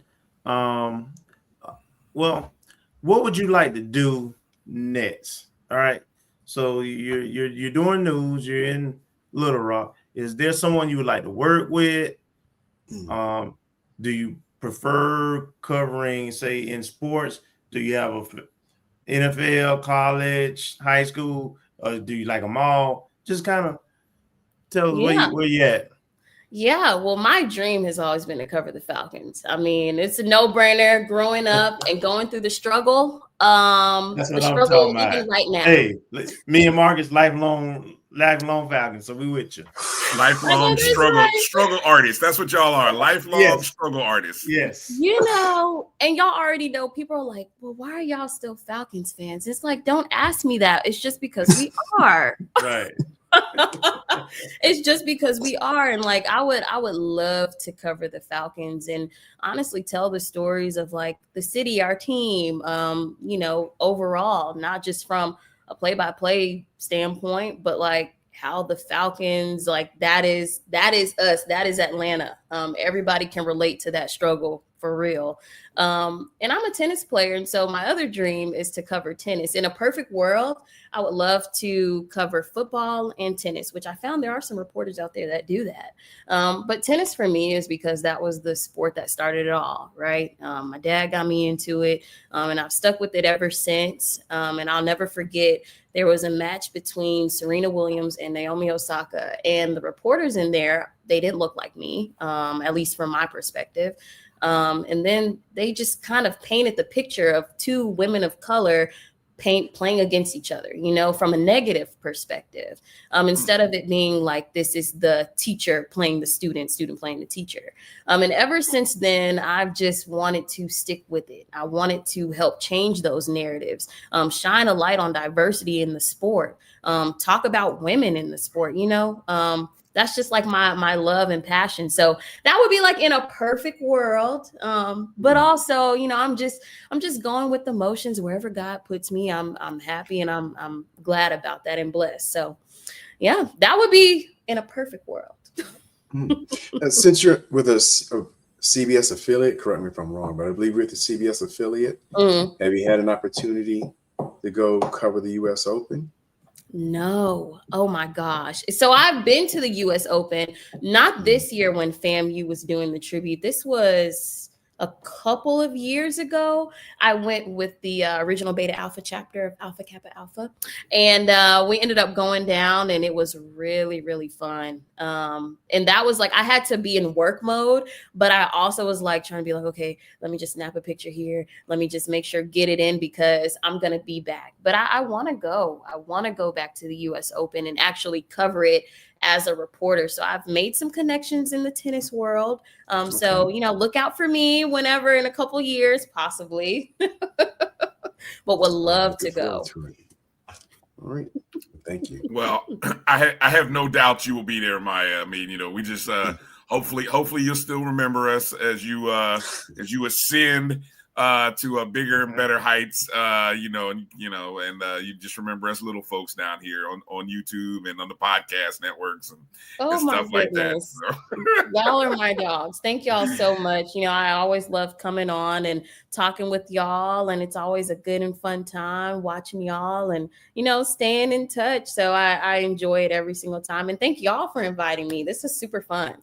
Definitely. Well, I think this is the second time I think FAMU has gone to Pine Bluff in the history of just, not just SWAC, but in college football, in our history of college football. So I'll be interested to see what the crowd is like, what the atmosphere is like, and so I will make sure to connect with you prior to getting there. And then hopefully we'll catch up either Friday or Saturday and see you in Pine Bluff as the Rattlers coming to Arkansas. Yeah, as some of us down south folks say. Arkansas. I always tell myself, don't say Arkansas on air or they're gonna get me. I know. Yes, don't say that. Don't do it. All right, Maya, let people know. Obviously, you see the Twitter there, but let people know where they can find you and watch your broadcast and all the other good stuff. Get a plugs. Yeah, of course. My Instagram is below right there at the Maya Ellison, and all of my handles are the same on Twitter, Instagram, Facebook. And I've been posting some things about the Falcons, just, about Little Rock, about news here in Arkansas. So stay in touch. And if y'all have any story ideas or anything, I'm easy to talk to. Definitely reach out. And thank y'all so much. And I'm excited to be at the game. I'm trying to get some stuff together where I'll do some updates on my page, possibly doing some things like that, some sideline. So got to do some work for the next couple of days to make sure, I'm game ready and staying up to date on what our Rattlers are doing because we got to produce something. That's right. Exactly. I'm putting it on you and on Bryan to bring back that W. That's wow. All right, now don't quote Kelvin on that, y'all. For real. Please don't. Right. Please don't. All right, Maya, thank you. Have a good night. We'll see you this weekend. Make sure you guys are following at the Maya Ellison on all social media. Appreciate you, Maya. Be well. Thank y'all. Bye. All right, good stuff. We're going to take a real short break, and then on the other side, we're going to talk hoops with our girl, Liv. LivForHoops coming up in a quick moment. So hang tight. Get your basketball questions ready as Liv is ready, and she's fired up and ready to go. She's seen a lot of good hoops over the first 48, 72 hours now. Yeah. So we'll hear from Liv on the other side. You're watching the O&G StrikeZone right here on the Black College Sports Network. We'll be back in just a moment. For over 30 years, HBCU Image has been more than just an apparel store. We've been a movement, a statement, a legacy. We celebrate the pride, the purpose, and the culture that make historically Black colleges and universities legendary. Whether you're a student or a lifelong supporter, our gear lets you wear your HBCU story with confidence and style. Because when you wear HBCU image, you're not just wearing clothes. You're wearing culture. You're wearing pride.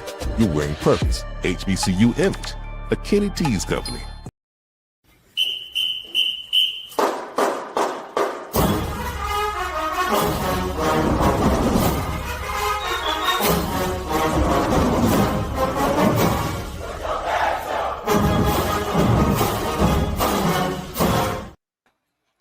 See, I said it was going to be a short break, and my man done ran off somewhere. He probably taking a bathroom break somewhere. Anyway, Bryan, Marcus, and I'm sure it'll be Kelvin here in a minute. Look who's joining us. It's our girl, LivForHoops, joining us tonight. Liv, how you doing? I'm good. How are you guys? Hey, we're great. We're great. You know, I don't know my man Kelvin. I think should I leave the chair in there, Marcus, or should I take it out and leave it out? You know, I really thought he'd be back. Maybe he underestimated how short a break I was going. That was a quick break. It was a quick break. There he is. See, you thought I was. Hey, hold on, wait there. You thought I was joking when I said it was a short break. I was going a real short break there. Hey, it doesn't matter. Duty calls. Liv.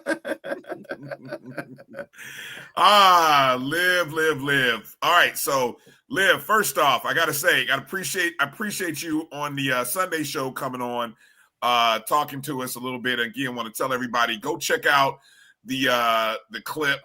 We talked for a good 30-40 minutes with Liv on Sunday night. Great HBCU season preview, just in general. But you know, in this episode tonight, we got more FAMU related stuff to talk about. But let me start with the softball stuff, Liv. First 2-3 days of hoops. What has impressed you the most so far? That women's basketball is still like the superior over the men. Wow. Obviously one male team is looking like phenomenal, but across the board, like I've seen we've 2 upsets in 2 days. Upsets, I hate that word because I feel like against the teams they played against, those are teams they should have beat. Because if anyone recalls, last season, Valley only lost to Memphis on the road by like 3 or 4 points, or maybe they beat them. I don't recall. It was a close game nonetheless. But the women's teams are just coming, and they're coming in full force like they did last season and the season before. And I'm waiting for the men, besides Bethune, to get on par. Like, what are we doing?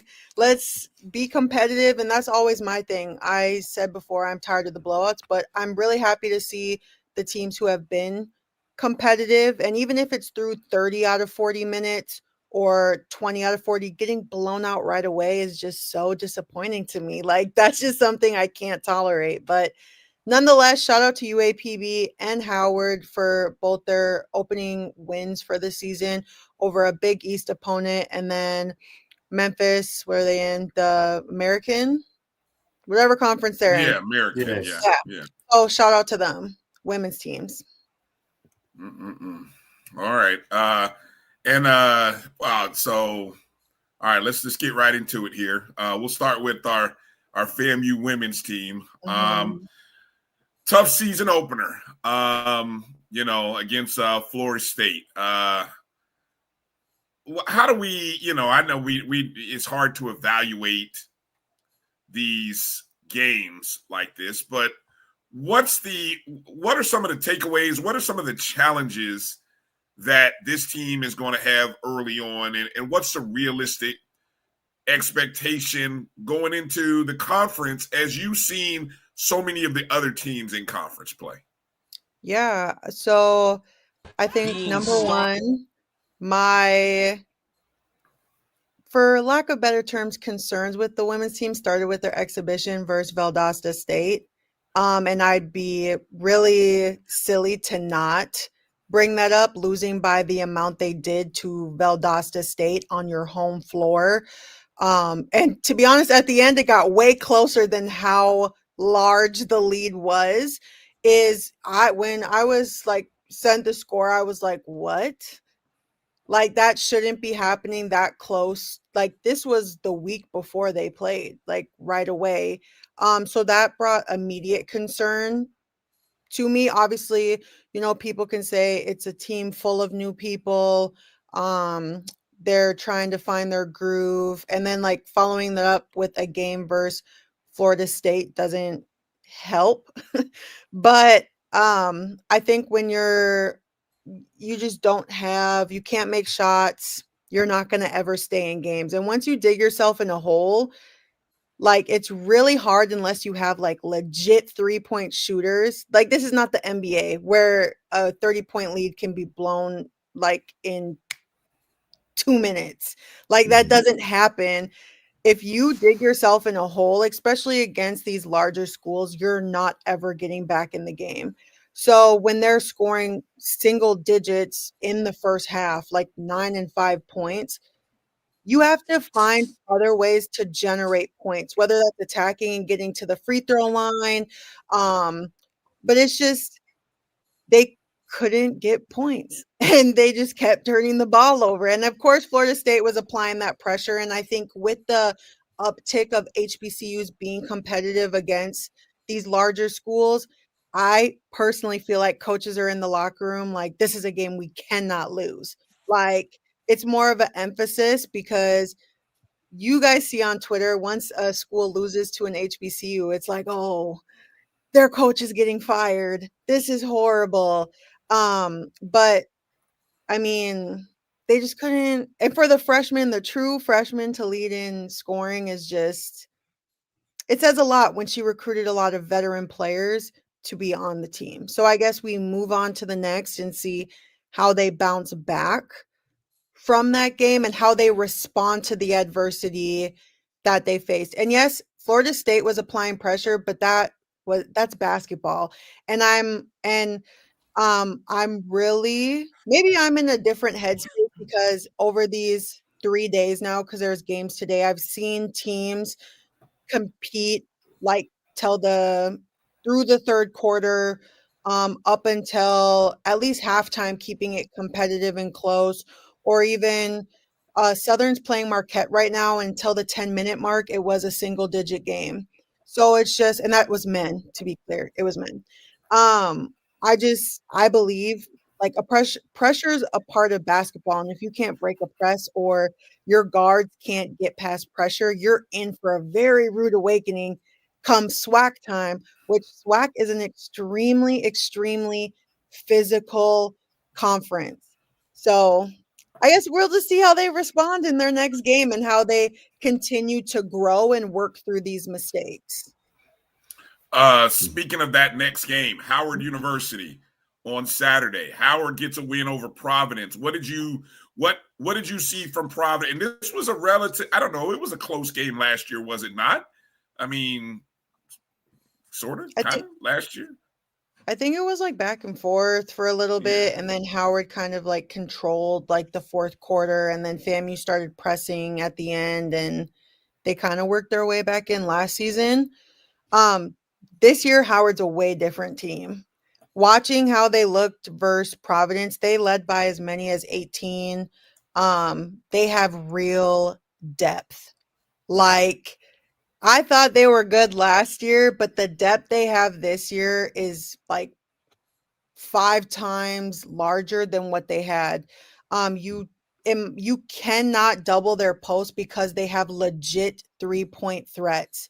Like, they'll have 3-point shooters who can also take defenders off the bounce.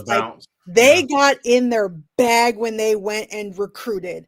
Like, it's the depth and even the players they bring off the bench, because sometimes you'll see teams when they bring their bench in, it's a huge drop off from the starting 5. And that's not the case with Howard. Like, they bring in players who legit could be starting for them. So I think it's going to be an interesting game to see. I think, FAMU has maybe in the post position a little more height. How they utilize that, I guess we'll see.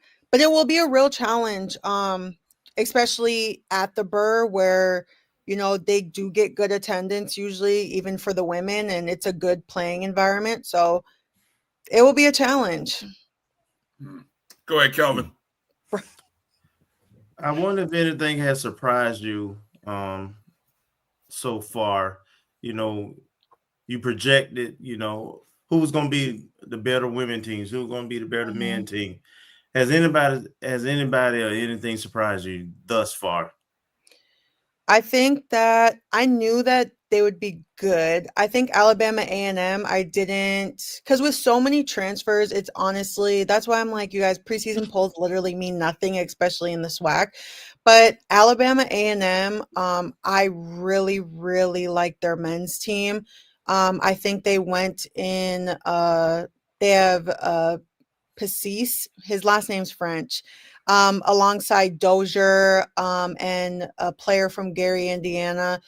Their guard play is really, really good. And Coach Jackson, the plus was he brought players with him who knew his system, and all he had to do was plug and play certain pieces that he was missing from last year's team. So through their exhibition games, they've looked really, really good. Quite a few of the women's teams still haven't played, like Texas Southern's first game's tomorrow. Who else? Valley still hasn't played an official game. They played an exhibition game. So, and I will say UAPB, I was watching that game and I was getting happy. Like, I was like, oh my gosh. But, she went and like India was a great pickup for them. And when they posted a clip of how she was speaking to them before the game, and she was just like, I believe in you guys. Like, you need to believe in you. And this is our game. And so I could tell that like she was feeding that energy. And so for them to get that win after only winning 3 games last year, like what a way to open up the season. So I think that shocked. I mean, as the game progressed, I was like, oh, they're about to win this game. But I don't think, on paper, anyone was like, oh, UAPB's, they're going to beat Memphis.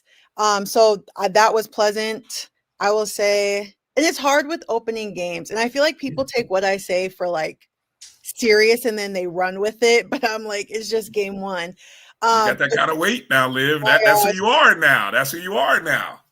Bethune women were like very disappointing to me, especially considering, and the reason I say that is because Edward Waters only lost to UCF by 11 points.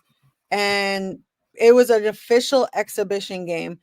And Bethune got blown out. And like watching the game, I was just like, some teams just don't look, and I'm not saying the coaches didn't prepare them. It's like the players are just like somewhere else playing these games. And then obviously Bethune men. I mean, I was like, on paper, they are by far the best team. And surprisingly, Dr. Bradley didn't even play in the Auburn game.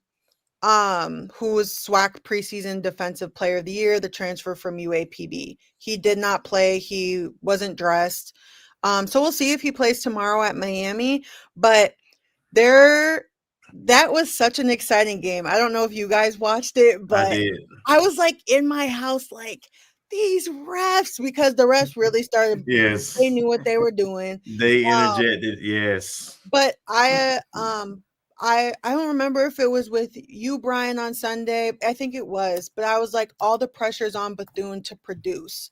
They're getting all this national attention. People who have never paid attention to HBCU basketball are paying attention to them. They're getting preseason mid-major votes. This team has never played a game together. Like, this was before they played Auburn. I'm like, well, now there's no way they don't crack the top 25 going into overtime with the number 20 team. And it was like a legit good game. Yes. It wasn't like, I saw people on like, oh, Auburn was doing this and that. No, like they really were playing their best basketball and Bethune was matching it. So I think that's exciting. Like, I want to see us. And that's why I just can't accept people being like, oh, these are, Power 4 teams. These are a group of 5. Like, personally, I don't give an F. I'll keep it all the way G, because other coaches are showing like they'll go out and recruit, how creative they're getting with how they can get the players or pay the players, like whatever. But to get a P4 talent in Arterio Morris to transfer to Bethune, like, and it's paying off. So I don't know. That was an exciting game. And I feel like the whole HBCU world was just like, oh my gosh, please win this game. So does Bethune have before I throw you to you, Marcus, Bethune have a legit shot tomorrow against Miami? Yes. I think they have a legit chance against every single team. I was looking through their non-conference. I know every single team as they were one. That's not the team that Auburn thought they were getting when they signed that deal to play them. No, it probably wasn't. And now every single team is panicking like, oh my gosh, this was supposed to be a guaranteed win playing Bethune. And now we actually have to seriously prep for them, and actually come to play. So it's their depth that is what is most exciting. They run through Ruzan a lot, which is their post player who is from last year. And you cannot double him because he's surrounded by scores. He works in the high post. They get him the ball. He either turns in face or works it over his shoulder. And then the guards make their reads off of that. But when you have Arterio Morris, you have Quentin Heddy, who literally averaged 4 points a game at Central Michigan. Jacoby Heddy was the one who was like, oh my gosh, he was an all SWAC 2 years ago. And he comes out and scores 21 on the number 20 team in the nation. They just have so much depth. And then Willoughby was in double figures. Morris came off the bench. He did not start for them, scoring 20 points off the bench. So it's really their depth. And I think that's what works for them. They have legit post players who can score and can defend. Their defense was phenomenal. It was a high scoring game, but they were getting stops when they had to. So yeah, I definitely think they have a chance to beat. Was Miami even good last year? No, they were bad. Exactly. Yeah. I hope Bethune beats every single team in out of conference play, and I hope every other team follows suit and starts winning these games, because take their money and take the W. That's how I feel. That's a t-shirt right there. Take the money and take the W. Live for hoops. There you go. Marcus, go ahead. Well, hey, Liv. I'm glad you jumped in. Glad I could catch up with you. I guess the two questions I had from, I guess, the SWAC schedule, men's and women's, do you see any other potentials for upset? Good. Go ahead. I'll answer that one first. Honestly, I just don't ever know, because I think even tonight, Delaware State played Temple to single digits till 10 minutes left in the game. And that, I was like, whoa, because I thought Delaware State wasn't going to be as competitive as last year. Looking at from the games, I don't remember all of them, but even with UMES going into overtime against Georgia Tech, I think we just have to catch people at the right time and be hitting on all cylinders. And then for the women, I'm looking at the schedule. No one plays anyone tomorrow. I'm looking at what I have on my phone. Sorry. What day is that? I could see, I won't write off UAPB now, and Arkansas just lost. I think they just lost. So that could either be good or bad, because then they could be coming in looking for vengeance against UAPB. But even then, I know people saw the Grambling score, but that game, it was a tale of two halves. So if they start better, they could beat UNT, which UNT was one of the best mid-major programs last year. I could see Jackson State. I don't even see these as upsets. They beat Tennessee Tech last year. They're going to beat them again. Coach Richards' Jackson State team is so much better this year than last year. And Tennessee State plays Wright State on Thursday. I can see them winning that game. They almost took down Middle Tennessee, who is literally really that good. Game was so good. They're the number 4 mid-major ranked team, and every single year, Middle Tennessee advances in the NCAA tournament. They had them on the ropes. I was like, so now they're feeling confident. Coach Dupree went out and she recruited exactly what they needed. So I could see that. Looking at the games, I never know. And I feel like every time I'm like, oh, they're gonna win this game. They ended up losing. And then it's the team that I was like, I don't know. They end up winning the game. So I'm just always hopeful and cheering for everyone that they can. But I most importantly want people to just like be competitive, like make these teams sweat. When you come out and you're down like by 20 in the first quarter, first 10 minutes, I hate that. Like, wake up and have some pride. Like, what was the second question, Marcus? The second question was, I know Coach Ward is in his first year, so I want to apply that to the men's team. But for the women's team, this is Coach Gordon's third season. Mm-hmm. And it's almost like a whole nother team again, at least the majority of the team, there's turnover. What do the prospects look like in terms of having to 3 consecutive years of not having or very little content? I think there are 3 players that came back when we had her on a couple of weeks ago. Mm-hmm. But, that doesn't really, in my mind, that's some returning players, but that's not continuity. Mm-hmm. What is the projection or realistic projection this year with a whole turnover of the team, more or less? Again, the Valdosta State game concerned me because I thought they would have looked way better by then at that time. Mm-hmm. And I feel like in the HBCU world, there are very few teams who keep bulks of their roster. Like literally, it's probably like Howard does a good job doing it.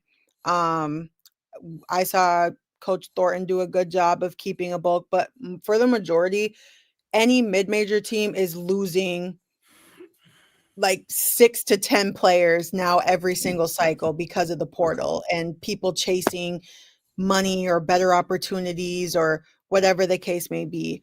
I will say I have to see kind of how they progress, because if I'm seeing teams, and again, last year, for example, because I was like, as he was talking, I was like looking different things up. Like Alabama State last year, the men who won the whole thing last year, they were competitive in out of conference play. Did they win every game? No, but I vividly remember they went to like 4 minutes with LSU at LSU and then they blew it open. Like, so I think it's hard when you're constantly having turnover and more turnover to find that early gel. So that's why we see some teams not being able to be competitive early, because they don't have, how do I say this? It's hard for certain teams to find that gel and like how they work with each other when you're getting blown out every single game. So you really don't know. This is your role. This is your role, because how one team guards you in out of conference play isn't going to necessarily translate to what the conference is going to look like. So come conference time, that's when they're now establishing roles, because every game, well, we'll just use the first game, for example, fighting for your life, losing by 73.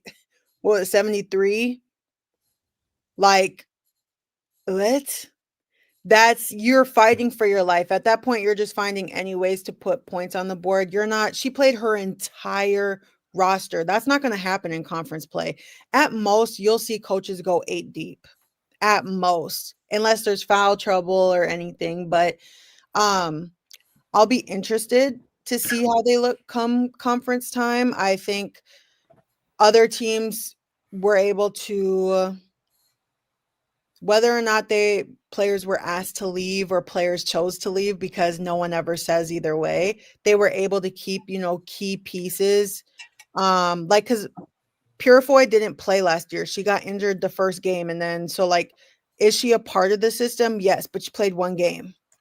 Like, so she can't really be a leader in the aspect of teaching the system when she wasn't, living that experience. I had them on paper. I think I had them like preseason 7th or 8th. But I guess that's subject to change when I'm seeing other teams, compete. But again, conference play, some people come in and start playing way better in conference play than they do in out of conference. But I think it's hard if you're constantly getting blown out, that now come January 3rd, when you're down in Daytona, that's when you're having to figure it out. And that's what we saw last year. If you guys remember, they went down there and it was just like it was a competitive game, but then Bethune won. And then last season we were seeing like end of games were the reason they were losing. And that comes down to, you know, one, basketball IQ, but that's across the board. So many of these basketball players have zero basketball IQ. It's ridiculous. Having that chemistry and continuity to know, like, to read your teammates and read situations. So hopefully they can turn it around, especially considering this, you know, is Coach Gordon's third season at the helm, and she's very excited about being able to have all 15 of her own recruits. So, you know, hopefully, that's all we'll keep hope alive, Liv. Keep hope alive. So Liv, thank you so much. Are you going to be at the game on Saturday? I am. Yeah. Yes. Okay. I will be at the game. So that's two people on this screen who will be at the game on Saturday. Woo. And I'll be at the men's game the next day, which is actually going to be a good one to watch, which is Howard versus Grambling. So something to note if you just want to watch good basketball, that should be a good game. But yeah, I'll be at the game, evaluating in person, and, you know, hopefully it's not. I saw someone say, even if they lose, getting beat by 40 points. We would hope not. We hope not. So, Marcus, hold on. I got one more question for Liv, a fun one. So, Liv, you was a prolific scorer. Oh my goodness. Do you still get in the gym at all? Do you play pickup games? Do you still got it? I don't play pickup, but every time I do touch a ball, the first shot always goes in, because a real scorer and shooter never loses their touch. I promise you that. I love it. That's like that video. Hey, hold on. That's like that video of Jordan talking about when the first. I hadn't picked up a ball in 20 years, and he go out there to the free throw line telling these kids, blah blah blah. I ain't touched the ball in 20 years. First shot, nothing but net. Yeah, I'm done. I promise you, real shooters don't lose their touch. If I could just not play defense and go out on a court and play offense, I'm for sure hitting double digits. I know that. Like. Well, I'm calling it now, Marcus. I expect a post-game report from you and Liv, sometime a video post-game report. So figure out how to make it happen. That way we can post a post-game video report from you and Liv at the game. Let me ask this question, Liv, regarding the men's basketball team, and it's something that you brought up when you were just talking about teams coming out ready to play in the first 10 minutes. We were kind of talking about this back in the first segment. The one thing I have noticed from Coach Ward's team against Florida State in the exhibition game, and then last Monday night against USF, the first 10 minutes, we have looked pretty good. And we have been without our point guard.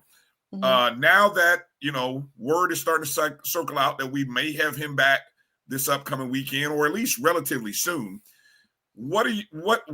What's your thoughts on what this team can do? Could FAMU men's team be one of those teams that is, I'm just looking at the schedule here in terms of big name power programs. We got, I don't know if UCF is quite in that category, but they're in the Big 12.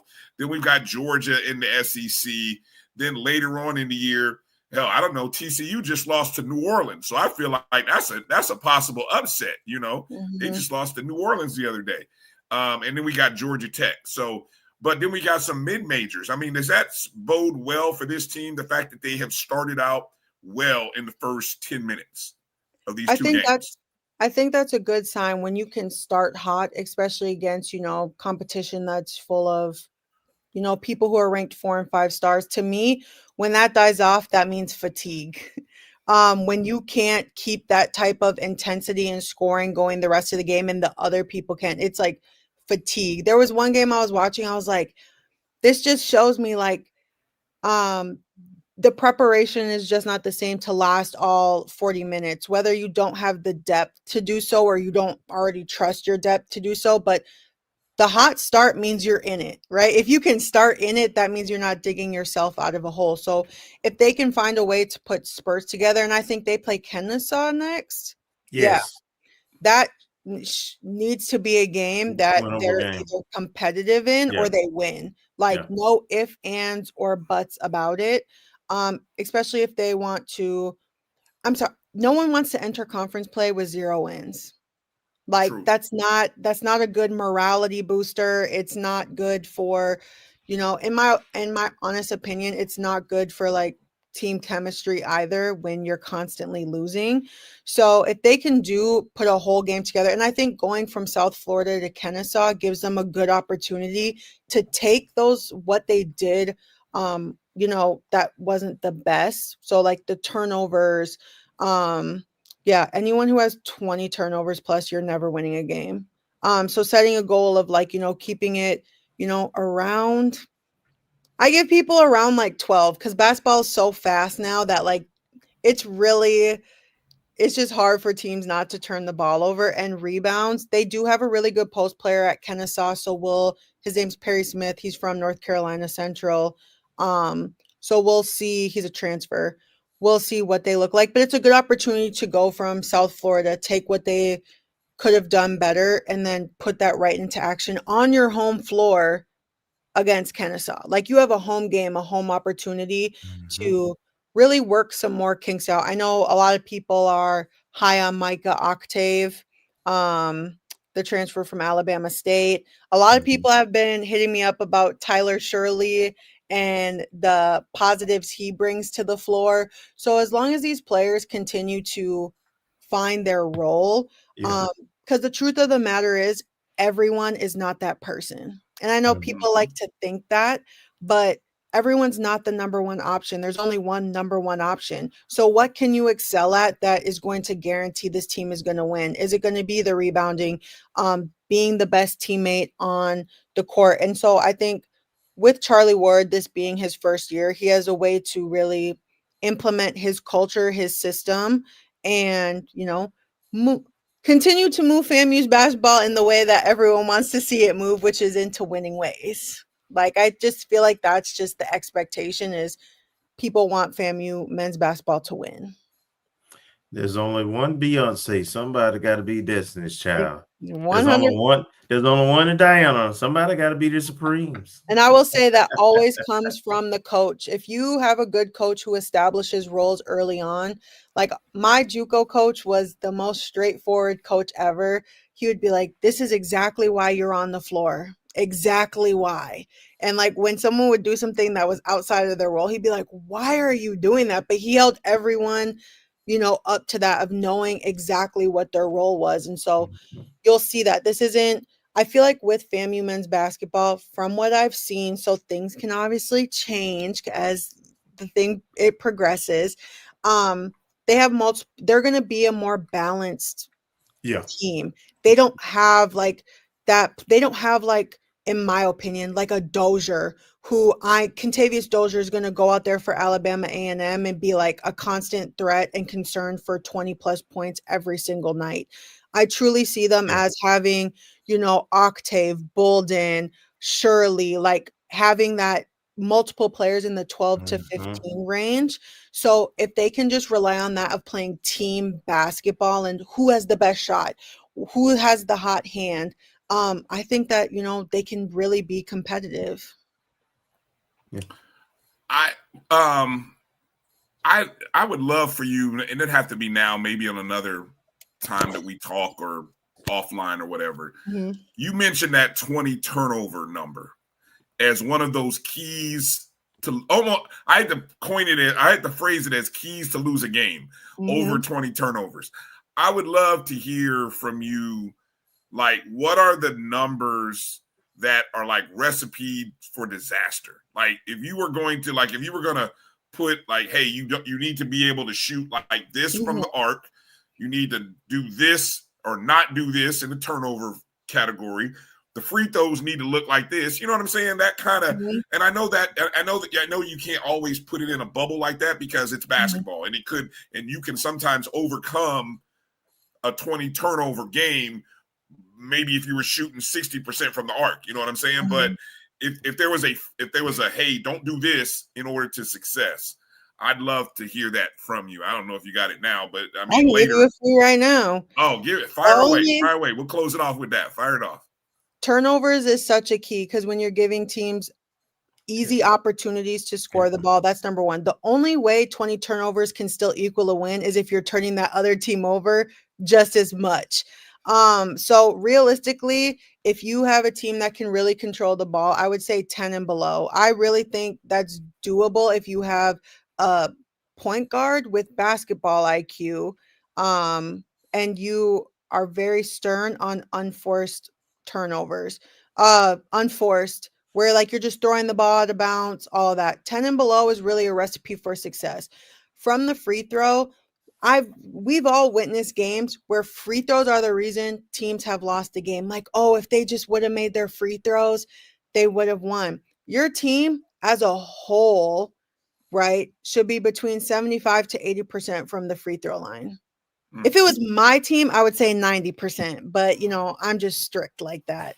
But realistically, 75 to 80% from the free throw line is a recipe for success. And you have to get to the free throw line double digits every single game. You should be attacking the glass in order to get those free opportunities to score.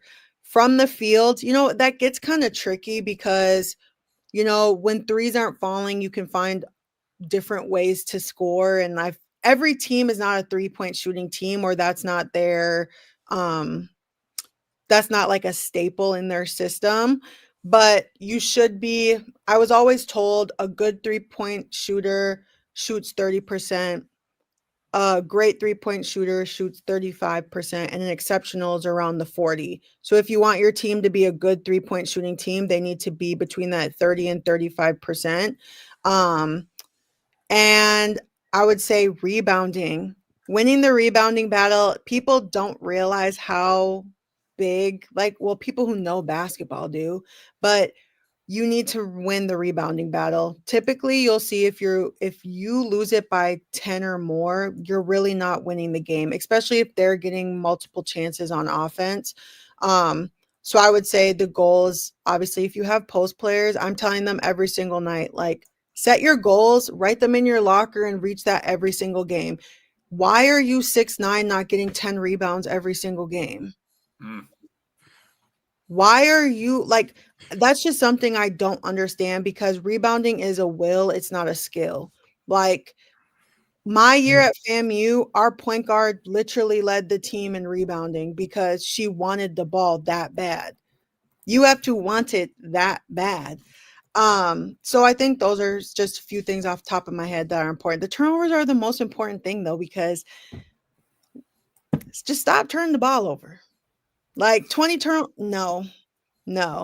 It's just, that's the worst, because most time it's always at half court, and then they just go down and get a little easy layup. So keeping it 10 and below, I think that's an obtainable goal.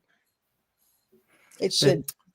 Hey, Liv, I know you do such a wonderful job in covering HBCU basketball. I mean, just the best by far. It ain't even close. You. However, I have to ask a question. I know you've also coached. Is there any interest in coaching at the collegiate level? I've been asked. That's so funny that you asked that. I've been asked. I think it would have to be the right situation with the right people. And it would have to just move me. I'm not saying I'm opposed to it, because I actually do think I have a really good basketball IQ, and I read film very well. I think that's a strength of mine. Yeah. So I think I would be an asset. It would just have to be the right situation of, where's the school located? I'm obviously not going, and I feel like I'm picking on them, and I feel so bad, but I'm obviously not going to Ida Bina. I'm in the middle of nowhere. No.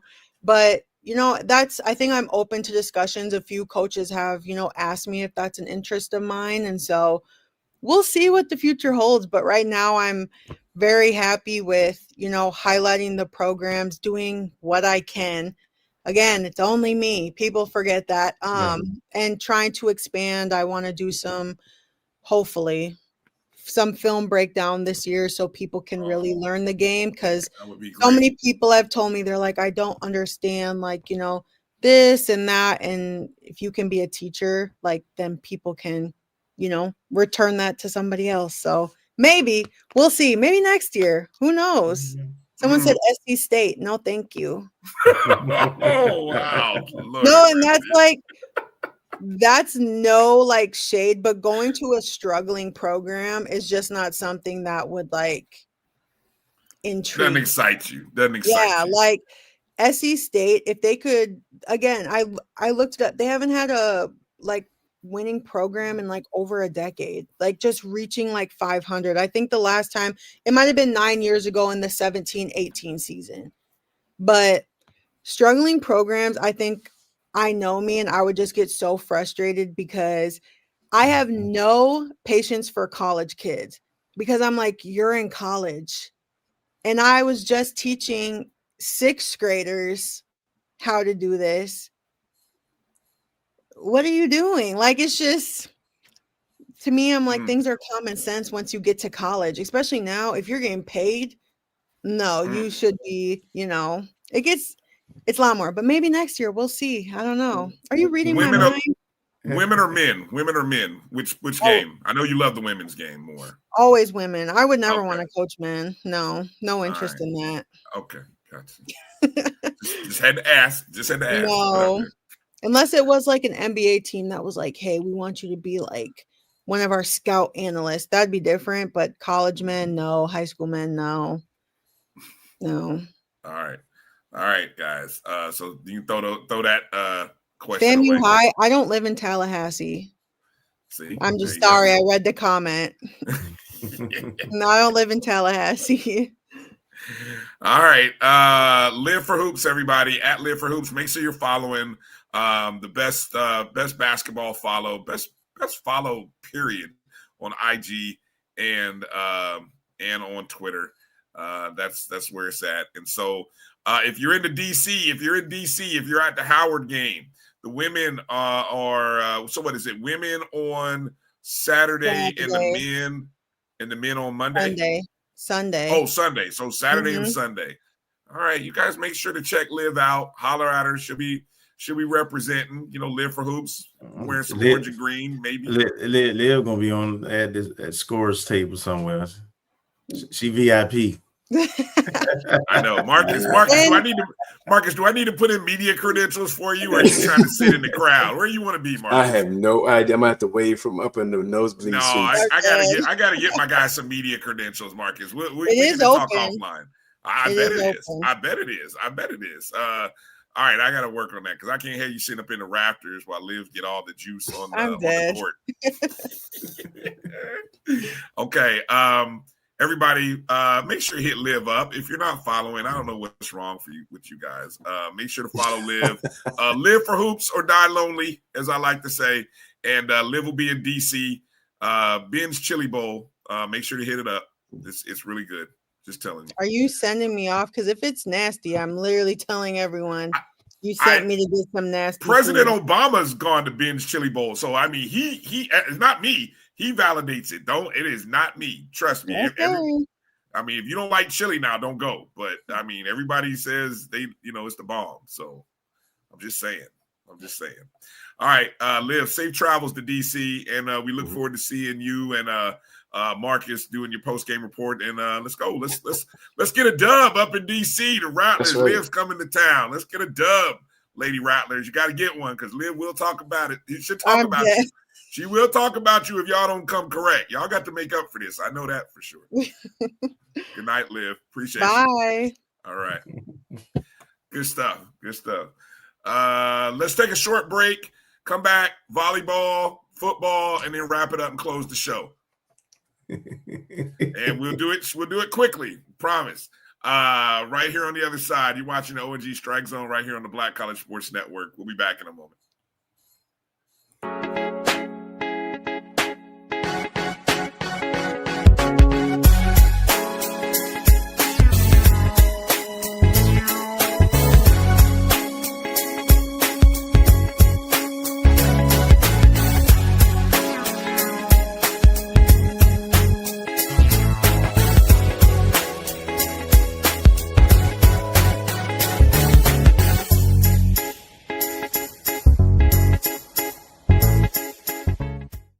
college football fans, the Cricket Celebration Bowl is celebrating 10 years of crowning an HBCU national champion. A champion will rise at Mercedes-Benz Stadium on December 13th as the MEAC and SWAC champions clash in Atlanta. Join us for championship football, interactive fan experiences, and iconic marching bands. It's an HBCU family reunion that you don't want to miss. See who will be crowned the next HBCU national champion. For event and ticket information, visit thecelebrationbowl.com.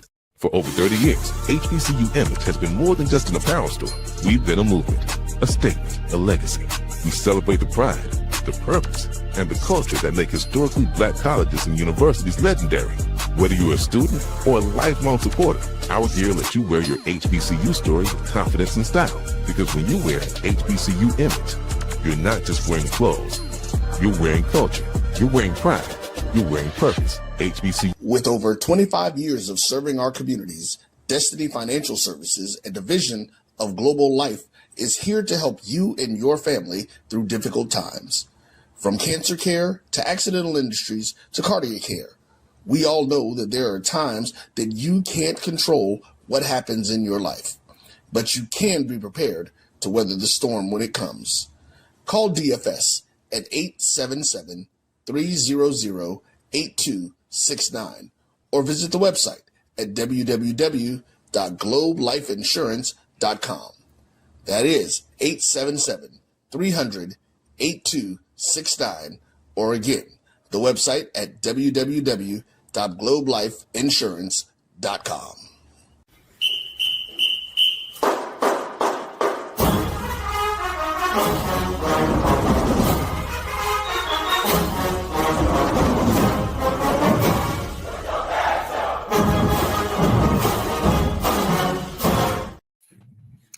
All right. Welcome back to the O&G StrikeZone. Bryan, Kelvin, and Marcus. Appreciate everybody for checking in and tuning in. Make sure to hit up all of our guests. Dennis Driscoll, Maya Ellison, LivForHoops. Let's make sure to show our guests some love.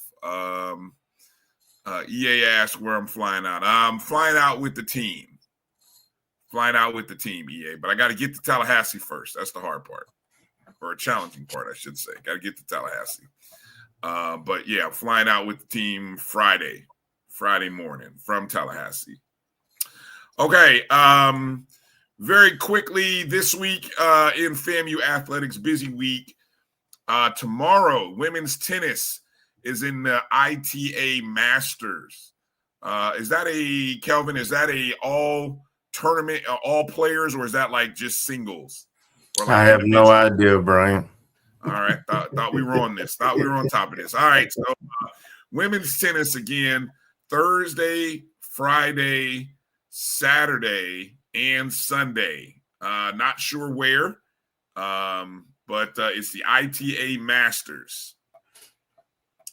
On Friday, November 7th, the bowling team is in Fort Worth, Texas. Friday, November 7th versus Louisiana Tech. So I think this is a weekend tournament. So it's Friday, Saturday, and Sunday participating in a weekend tournament at Louisiana Tech in Fort Worth, Texas. Of course, on Friday, November 7th, this is a good weekend, home weekend. Volleyball hosting Bethune-Cookman. Friday night, 6 o'clock in Tallahassee. We'll talk about the volleyball standings in a second. Of course, on Saturday, women's basketball is at Howard in D.C. 2 o'clock Eastern is the tip-off. I don't know if that game is on any kind of network TV or not. So stay following at FAMU Athletics. If you guys see any info on that, please update and let us know. Men's basketball, of course, versus Kennesaw State home on Saturday. That'll be on SWAC TV as they host Kennesaw State, the home opener in the Charlie Ward era. Should be a good game. Of course, football traveling to Arkansas Pine Bluff, 3 o'clock Eastern, 2 Central. That'll be on HBCU Go. Go. All right, so that's this week. All right. Very quickly here, volleyball over the weekend, Friday and Sunday. Big win over Alabama State, 3-1. Somehow we turned around and lost to Alabama A&M 3-1. I mean, on the heels of a 3-game win. It was the third set. I was watching it. I forgot how we were up. I don't know how many points, but it was like 22 to something. And they just, in the third set, and they came back, and it just, I don't know, after that. We played opposite with the two teams. Our hitting percentage and our errors were down. Our hitting percentage was up against Alabama State, who so is the better team out of the two teams. And then against Alabama A&M, our hitting percentage was down, and our errors was up. And the game, if you look at the closeness of the sets, that kept us from finishing the games out. And that's kind of been the scores at the Alabama A&M games kind of is been our Achilles heels in the games that we've lost to the other teams in the conference also. Yeah, when you see the standings in a second, we are sitting at 6-7 in conference play. Alabama A&M is 7-5. That game is, I mean, Alabama A&M sits in 6th place right now. We are in 8th place. I mean, we're talking about a 2-3 spot difference had we won that game, you know, given what we have upcoming. So yeah, that's a tough one. There's those standings that I mentioned right there. Of course, Bethune-Cookman, who's coming to town, is sitting at 10-3 in 3rd place. We beat the number 4 seed, Alabama State, you know, and then there's Alabama A&M in 6th. So, you know, that could be us right now. But yeah, we are what we are right now. So got an opportunity to play Bethune-Cookman. Got a chance to get a win. We need a big win. So, and I think that's the only game this weekend since it's the Bethune-Cookman game. So I have to play a Friday, Monday. So, yeah. All right. I don't think that's accurate. Nope. Let me move on. All right. So we had a couple of volleyball players of the week in the SWAC, none other than Sydney Whitfield and Mackenzie Taylor. Sydney was the newcomer of the week. Mackenzie was the setter of the week. So congratulations to Sydney. Congratulations to Mackenzie. I think that's maybe the second time Mackenzie has won that award. I think it's the first time for Mackenzie or Sydney, excuse me. So congratulations to those ladies. Upcoming schedule. Again, yep, it's the only game we play during the week. So of the upcoming match schedule, it's the only one that we've got. All right. Kind of wrapping it up here with football. Again, the scores from the past weekend. Marcus, Kelvin, anything from the scores that shocked you across the SWAC the past weekend? I wouldn't say shock, but body going down again for Alabama State's make these next 2 weeks interesting for them. And then Valley putting up 34 against Bethune kind of stood out. And, of course, our next opponent, UAPB, putting up 40 against a Southern team that we put up 40 against. So, yeah. Oh, and Texas Southern, what happened? I told you I didn't trust them Texas schools, but yeah, what happened? Alcorn looked like they riding the ship a little bit. Yeah. How about you, Marcus? Yeah. UAPB score. That, well, That's not what we're accustomed to seeing. We definitely don't want to see it this weekend. So, that one kind of, I was like, oh, especially coming off of our loss. I'm like, okay. This ain't UAPB from a couple years ago, and this ain't FAM from a couple years ago. No. I said that's about it. I thought I know it was I guess they scored a late touchdown for the PV Alabama State game, but I didn't watch it because I was getting ready for the FAM game, but it looked like it was pretty competitive, and for some reason, I don't know, I thought PV was going to pull it out, but most part it was the score of Valley and UAPB. Because typically, he's been in the SWAC. We haven't seen them reach numbers that high almost at any time, much less consecutive weekends or in a given season.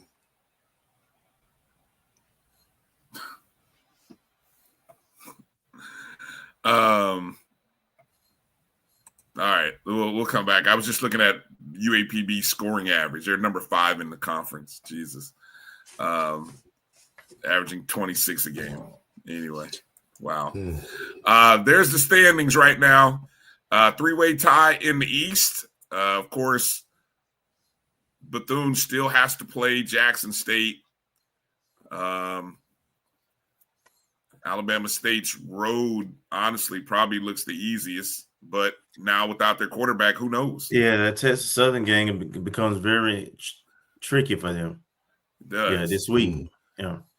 It does. I think on the west side, Prairie View has the tiebreaker over Grambling State and Texas Southern. Yep. And really all they have to do is win, I think, one of the next 3 games, and they're in. They're in the SWAC championship game. Because they would have the tiebreakers. Prairie View would have to lose 2 of the next 3. Not sure about that. Yeah. Damn, the fact that Bethune is 4-1, Jesus help me. 5-4. Another thing, Bethune-Cookman, unbeaten record at home this year for the first time since I don't know how long. All right, there's the schedule for this upcoming week. What games kind of pop off the radar for you guys? Texas Southern, Alabama State, because of the quarterback change. McNair going back to his old stomping grounds as the head coach of Southern is kind of interesting too. Winless Southern. I think this might be the week they get their first win. Very, very, very big opportunity. You don't think so? You don't think the players will be that hyped for Fred, huh? Fred ain't playing. All right, good point.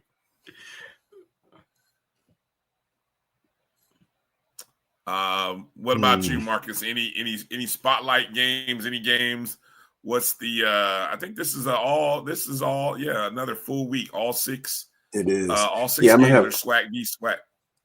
I might be distracted on Saturdays. I might have my phone watching HBCU. Was it HBCU Go that our game is on? Yeah, our game is on HBCU Go. Because it's at 3 and the basketball game starts at 2. So I don't know, depending on how it runs, the game might kick off right around halftime of the basketball game or close to it. So we have divided attention. But right now, I'm just focusing on our game. I mean, the other thing, I know there are implications, and we're kind of pretty much out of the race unless we just run the rest of the table and something miraculous happens. But yeah, I'm just focusing on our game. 6-2 is possible in conference play, fellas. It is possible. It is mathematically possible. Well, and plus the fact that these teams down the stretch, they all, including us, all have flawed defenses, and some of them have defenses that have put up points. I don't know what you make of that. I don't know what you call that, but I mean, come on. All right. I feel like I'm selling too hard, so I'm going to stop. Stop it. Stop it. Man, y'all know good. Y'all know 4 good. and impossible. For the possible. Bryan right here acting like he on the spade table. I'm going He 3 in the telling possible. lies left and I'm right. gonna get you. I got 3 in the possible. I'm gonna get you 4. I'm gonna get you 4. He reneging. All right. Keys to the game against UAPB. What's it gonna take? What's it gonna take to get a victory? Marcus, what do you got? Well, we have to do something that we haven't really done all year, and that's, the defense needs to come prepared to play. And I mean, it's pretty much almost a carbon copy of last year, where teams were just running all over us. Now I know that Jackson State has the #1 run offense in the SWAC, and I think they're #2 nationally in FCS. But we've been giving up yards to everybody. So I don't know. I read something early in the week, where I guess maybe it's Gerald's article where PB's more emphasis is on the pass versus the run. But if they see the game film for this season, that they might adjust their strategy and just run the ball down our throats, because we haven't shown we can stop it over how many games have we played? 7, 8? And we haven't shown an ability to stop it. So if that ability presents itself, to me, that is the key to the game. I don't know what their defense looks like, but I did see, I read somewhere, and also I think Maya mentioned it, or someone mentioned it, that they're #1. They have the highest number of interceptions, the leading the SWAC in the interceptions. So, depending on, I'm looking now. Go ahead. How things go, what our game plan happens to be. If we put in the ball in the air a lot, then there may be opportunity for them to snag one. But I think the key to our game is what the defense is going to look like. What's it going to do? Kelvin? For me, it's 2 things that we just don't tend to do. Get off to a fast start offensively and put up points. When we put up points, it tends to settle the team down, and it comes in waves, and we're successful. When we struggle,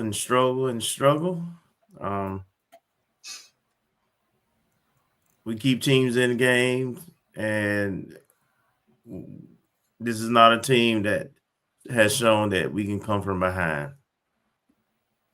So on the road, you need to get off to a good start. You need to put 6 on the board, and play a clean game from a not turnover standpoint, cheap as Marcus from a defensive standpoint and special team standpoint. Don't give up cheap touchdowns, on special teams or with explosive plays, because UAPB has some speed. They have some skills on the opposite side of the ball out wide. They have receivers who can make plays. So we need to make them earn it for 4 quarters. And we got to play for 4 quarters. We got to finish. I was trying to look here. You said receiving here.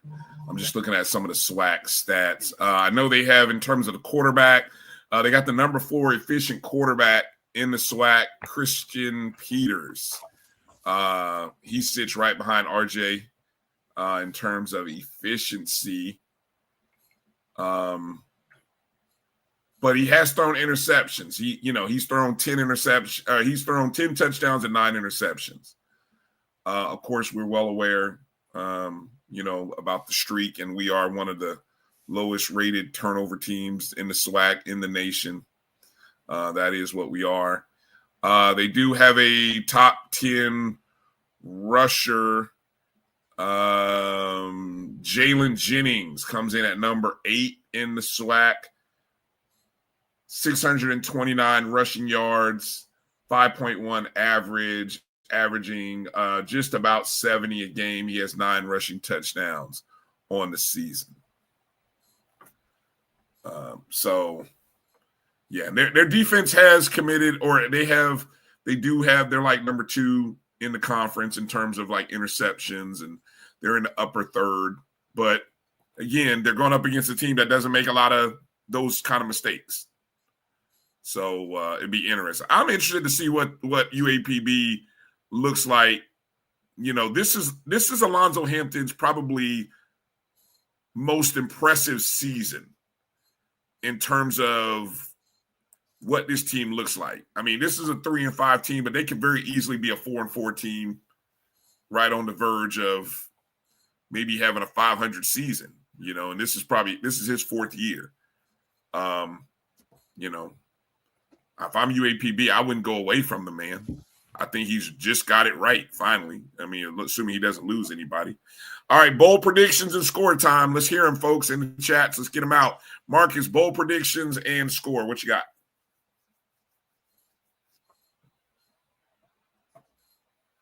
Bold predictions and score. Bold prediction.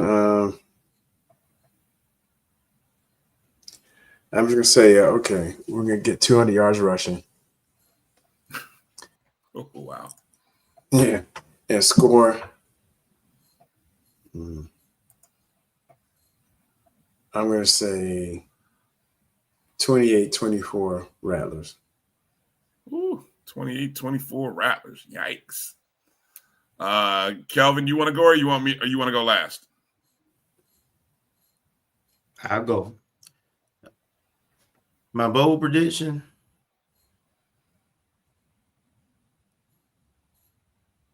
Is that I'm not going to get my bold prediction.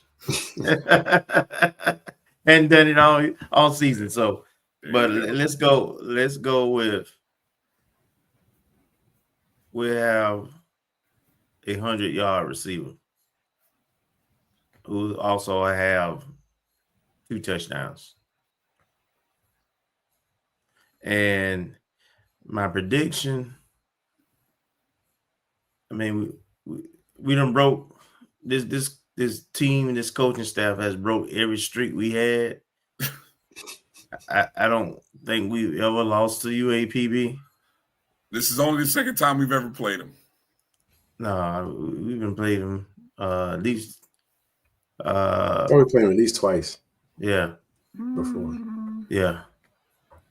We played them up there. We played them in Bragg for homecoming one year. So, but okay, you're right. Okay, you're right. This is the third then. But we'll see if he can savage. If he can savage a streak, let's go.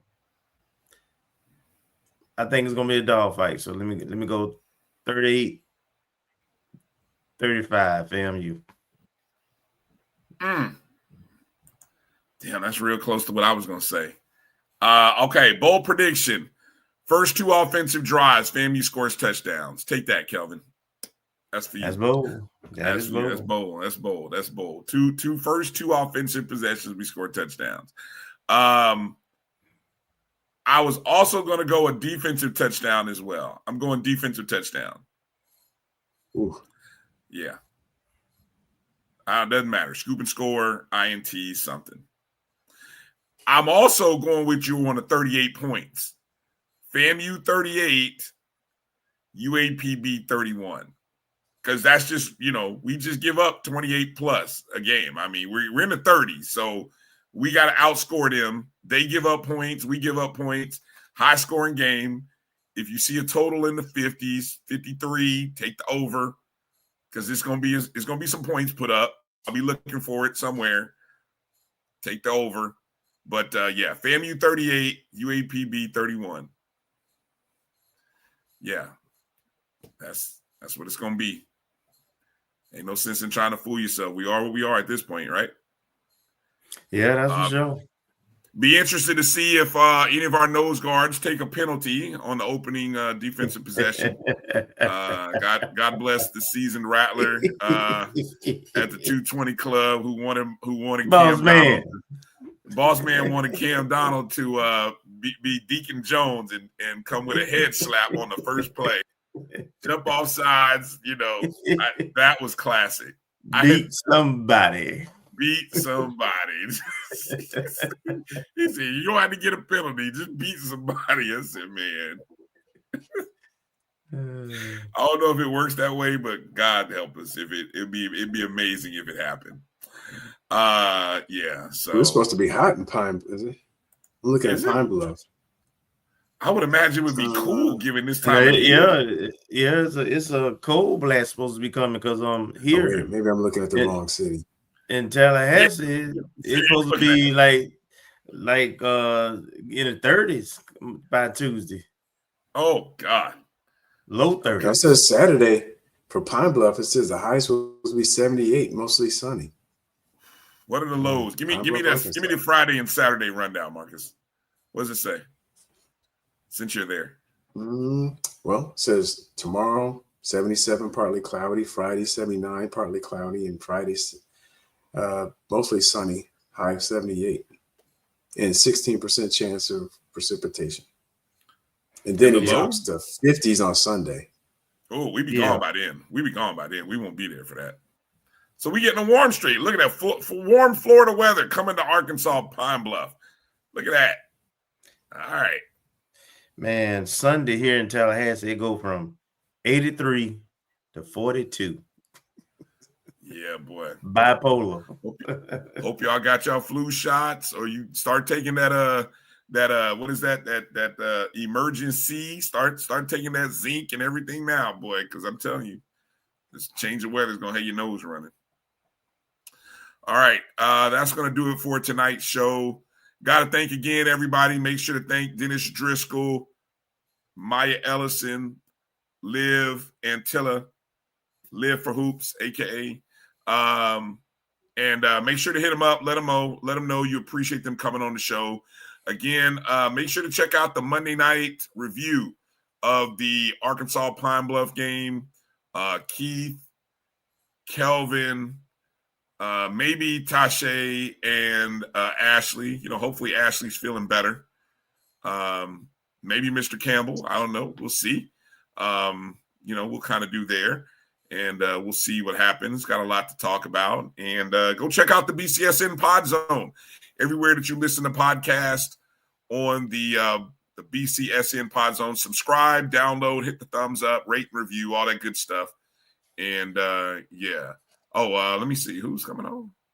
I think he's working. He's got penalty talks coming on Monday night review. All right. Good stuff. Appreciate that, Keith. So, good stuff. Should be a good show. Good to see get the Rattler Nation in there. Make sure to check out Keith's and Things Up podcast tomorrow night, 8:00 Eastern.